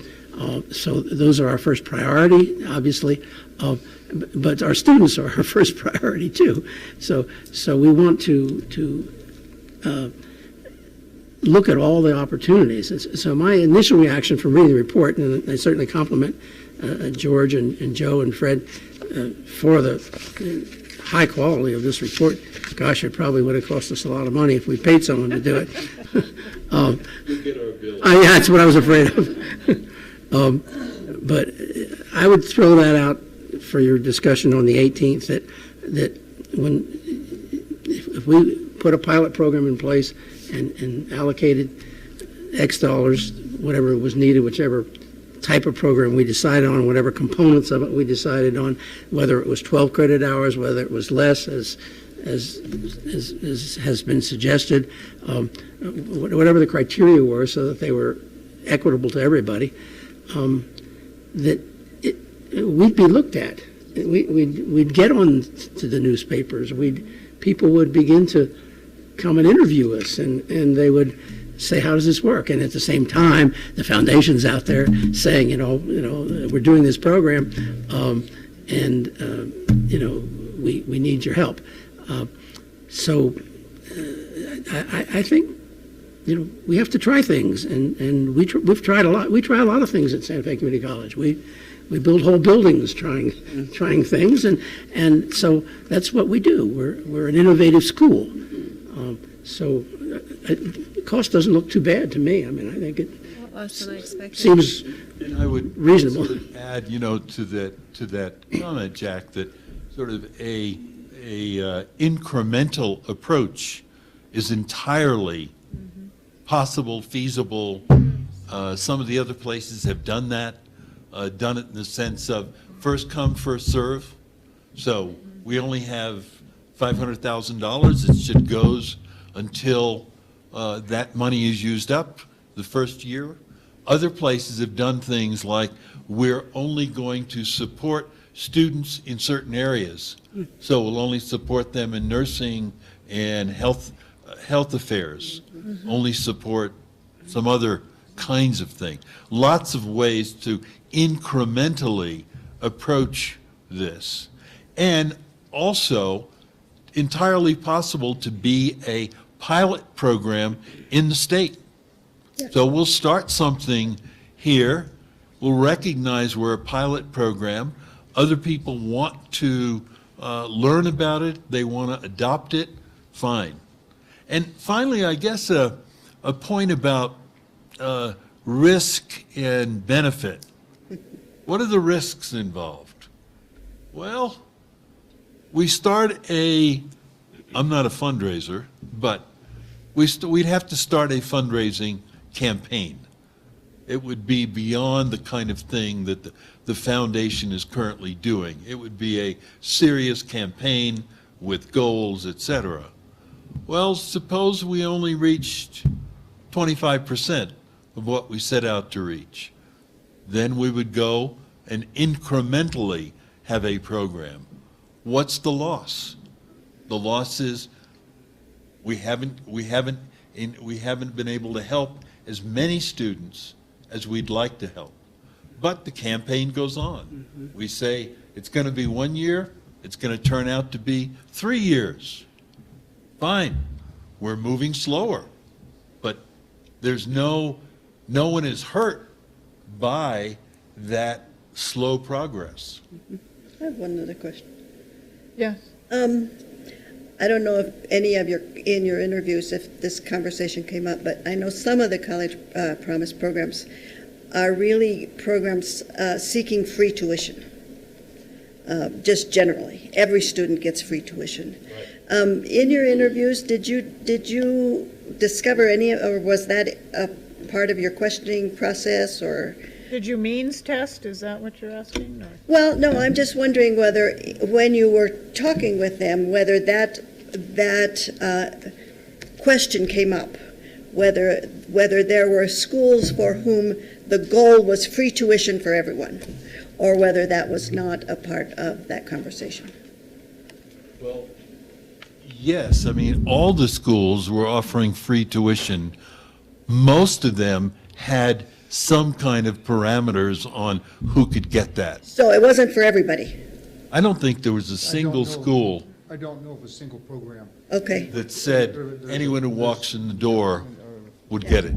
Because that All of them sometimes had has been, I think, the rationale, is that, the schools that have offered just generally, or the states, I guess, maybe it's been more of a state issue, the states that have offered free tuition for everybody. And I just wondered whether that had been, whether that had come up, whether that was an element of these programs that you were interviewing or not. Yes. Yeah, very definitely. And I think even many of the people we talked to were state programs, and they also had parameters. So it wasn't, I couldn't walk in the door and say, hey, I want free tuition. I see, okay. Cecilia. Yes, I just wanted to add that there's other very valuable components. I mean, certainly the free tuition piece is a huge carrot for students, but you also mentioned the mentoring and other wraparound services, and Santa Fe Community College offers some of these already. So I think it would be very valuable when we do meet with you at the strategic planning retreat to discuss some of these also, because we may be able to expand on some of the programs, wraparound programs that we already have, and start including some more of these elements that have that are part of successful college promise programs, and that way we can be ready when we do have the money to invest the $300,000 and some odd and have these other services in place. So I wanted to mention A number of the programs really made the point that mentoring was a critical piece of their programs, because indeed, in many cases, you're talking about bringing students in who have very little experience with college, and navigating the college experience over and beyond academic advising is a challenge for them, and a mentor Yes. Yes. helps them with that. Okay. And bearing in mind, Madam Chair, that say $350,000, to throw out a number on the screen there, amounts to about 1% of our ING budget. So if you looked at it as a goal that way, if you say if there was some way we could accumulate, set aside, save money here, add money there, to represent 1% of our annual ING budget, then we'd have a pilot program in place. Okay, thank you all, and we'll further, I'm sorry. Can I go just ahead. make one quick? I know it's late, and so first of all, I want to say thank you very much for all the work that you guys have done. I think it's very impressive, and thank you for volunteering your time to do that. The second thing that, when we look at our arguments for why we're doing this, I think one of the most important arguments we can make is because our students need it. So when we give them the out questionnaire as students graduate every year, the first thing they tell us for the last 3 years is the number one barrier to getting a degree is the finances, right? Is being able to pay tuition. So I think it aligns nicely with, on top of all the other reasons, right, that we have on the board of why we would do it, I think the number one reason is because our students need it. We know it's their number one need and the number one barrier, they tell us, to being able to successfully complete a degree and make the changes they need in their life. The other thing that I would have us look at is what we've put on the board today and discussed is seems very specific to that population who is leaving high school and going into college. Just a quick reminder, when you look at the statistics of our college, 70% of the people here are over age 25. So they are absolutely in that category. The students in that category at our school, at Santa Fe Community College, are a minority of our students, not the majority. So, I would hope as we think this thing through, we can make sure that it's fit to what Santa Fe Community College's needs are and what our student population is. Kind of the point that Martha was raising about who's the population. Yeah. And on that point, when the lottery scholarship was at its peak, we were still only getting 200 or so students coming to Santa Fe Community College, getting the lottery scholarship. So it was not a big help to us. It was a big help to those 200 students, but it wasn't getting a whole bunch more students in. But thank you all very much, and we'll keep talking. Okay. Thank you. Okay, so our next meeting is May 23rd. I will not be here. Are you going to be here? Okay. And we need to go into a closed session for 3 minutes. Oh, sure. To discuss the search. Madam Chair, I move we go into closed sessions for the reasons listed on the agenda. Thank you. Is there a second? Second. All those in favor? Aye. All right. Thank you all. Thank you. It was a nice early meeting, wasn't it? Yes, it was. Not really. Not really. Yeah.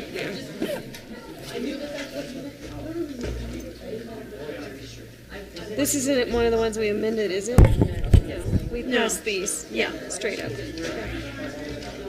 Sorry. That's It all okay. runs together, Donna. That's okay. Yeah, thanks.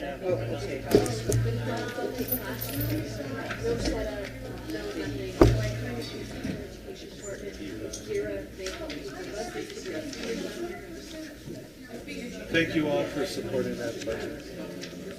Thank you for writing that budget. Well, thank you for putting 1% aside for College Promise Program. Got an idea. You see that? Good. Okay, what's So the idea? I'm gonna tell you guys this. I said that dollar number shocked me. I can't believe that that's the cost of it, right? So every year at Los Alamos National Laboratory, we ask employees to give to a scholarship fund. Do you know how much we raise from our employees giving us like $2 a pay period? $450,000. It's just our workforce, right? We just ask, hey, that's a right? pretty special workforce. Give us $5 a pay period. Give us $3 a pay period. And by the time we all give, there are about 2,000 of us that give. We raise $450,000 for a scholarship fund every year. It goes into endowments, and we provide scholarships.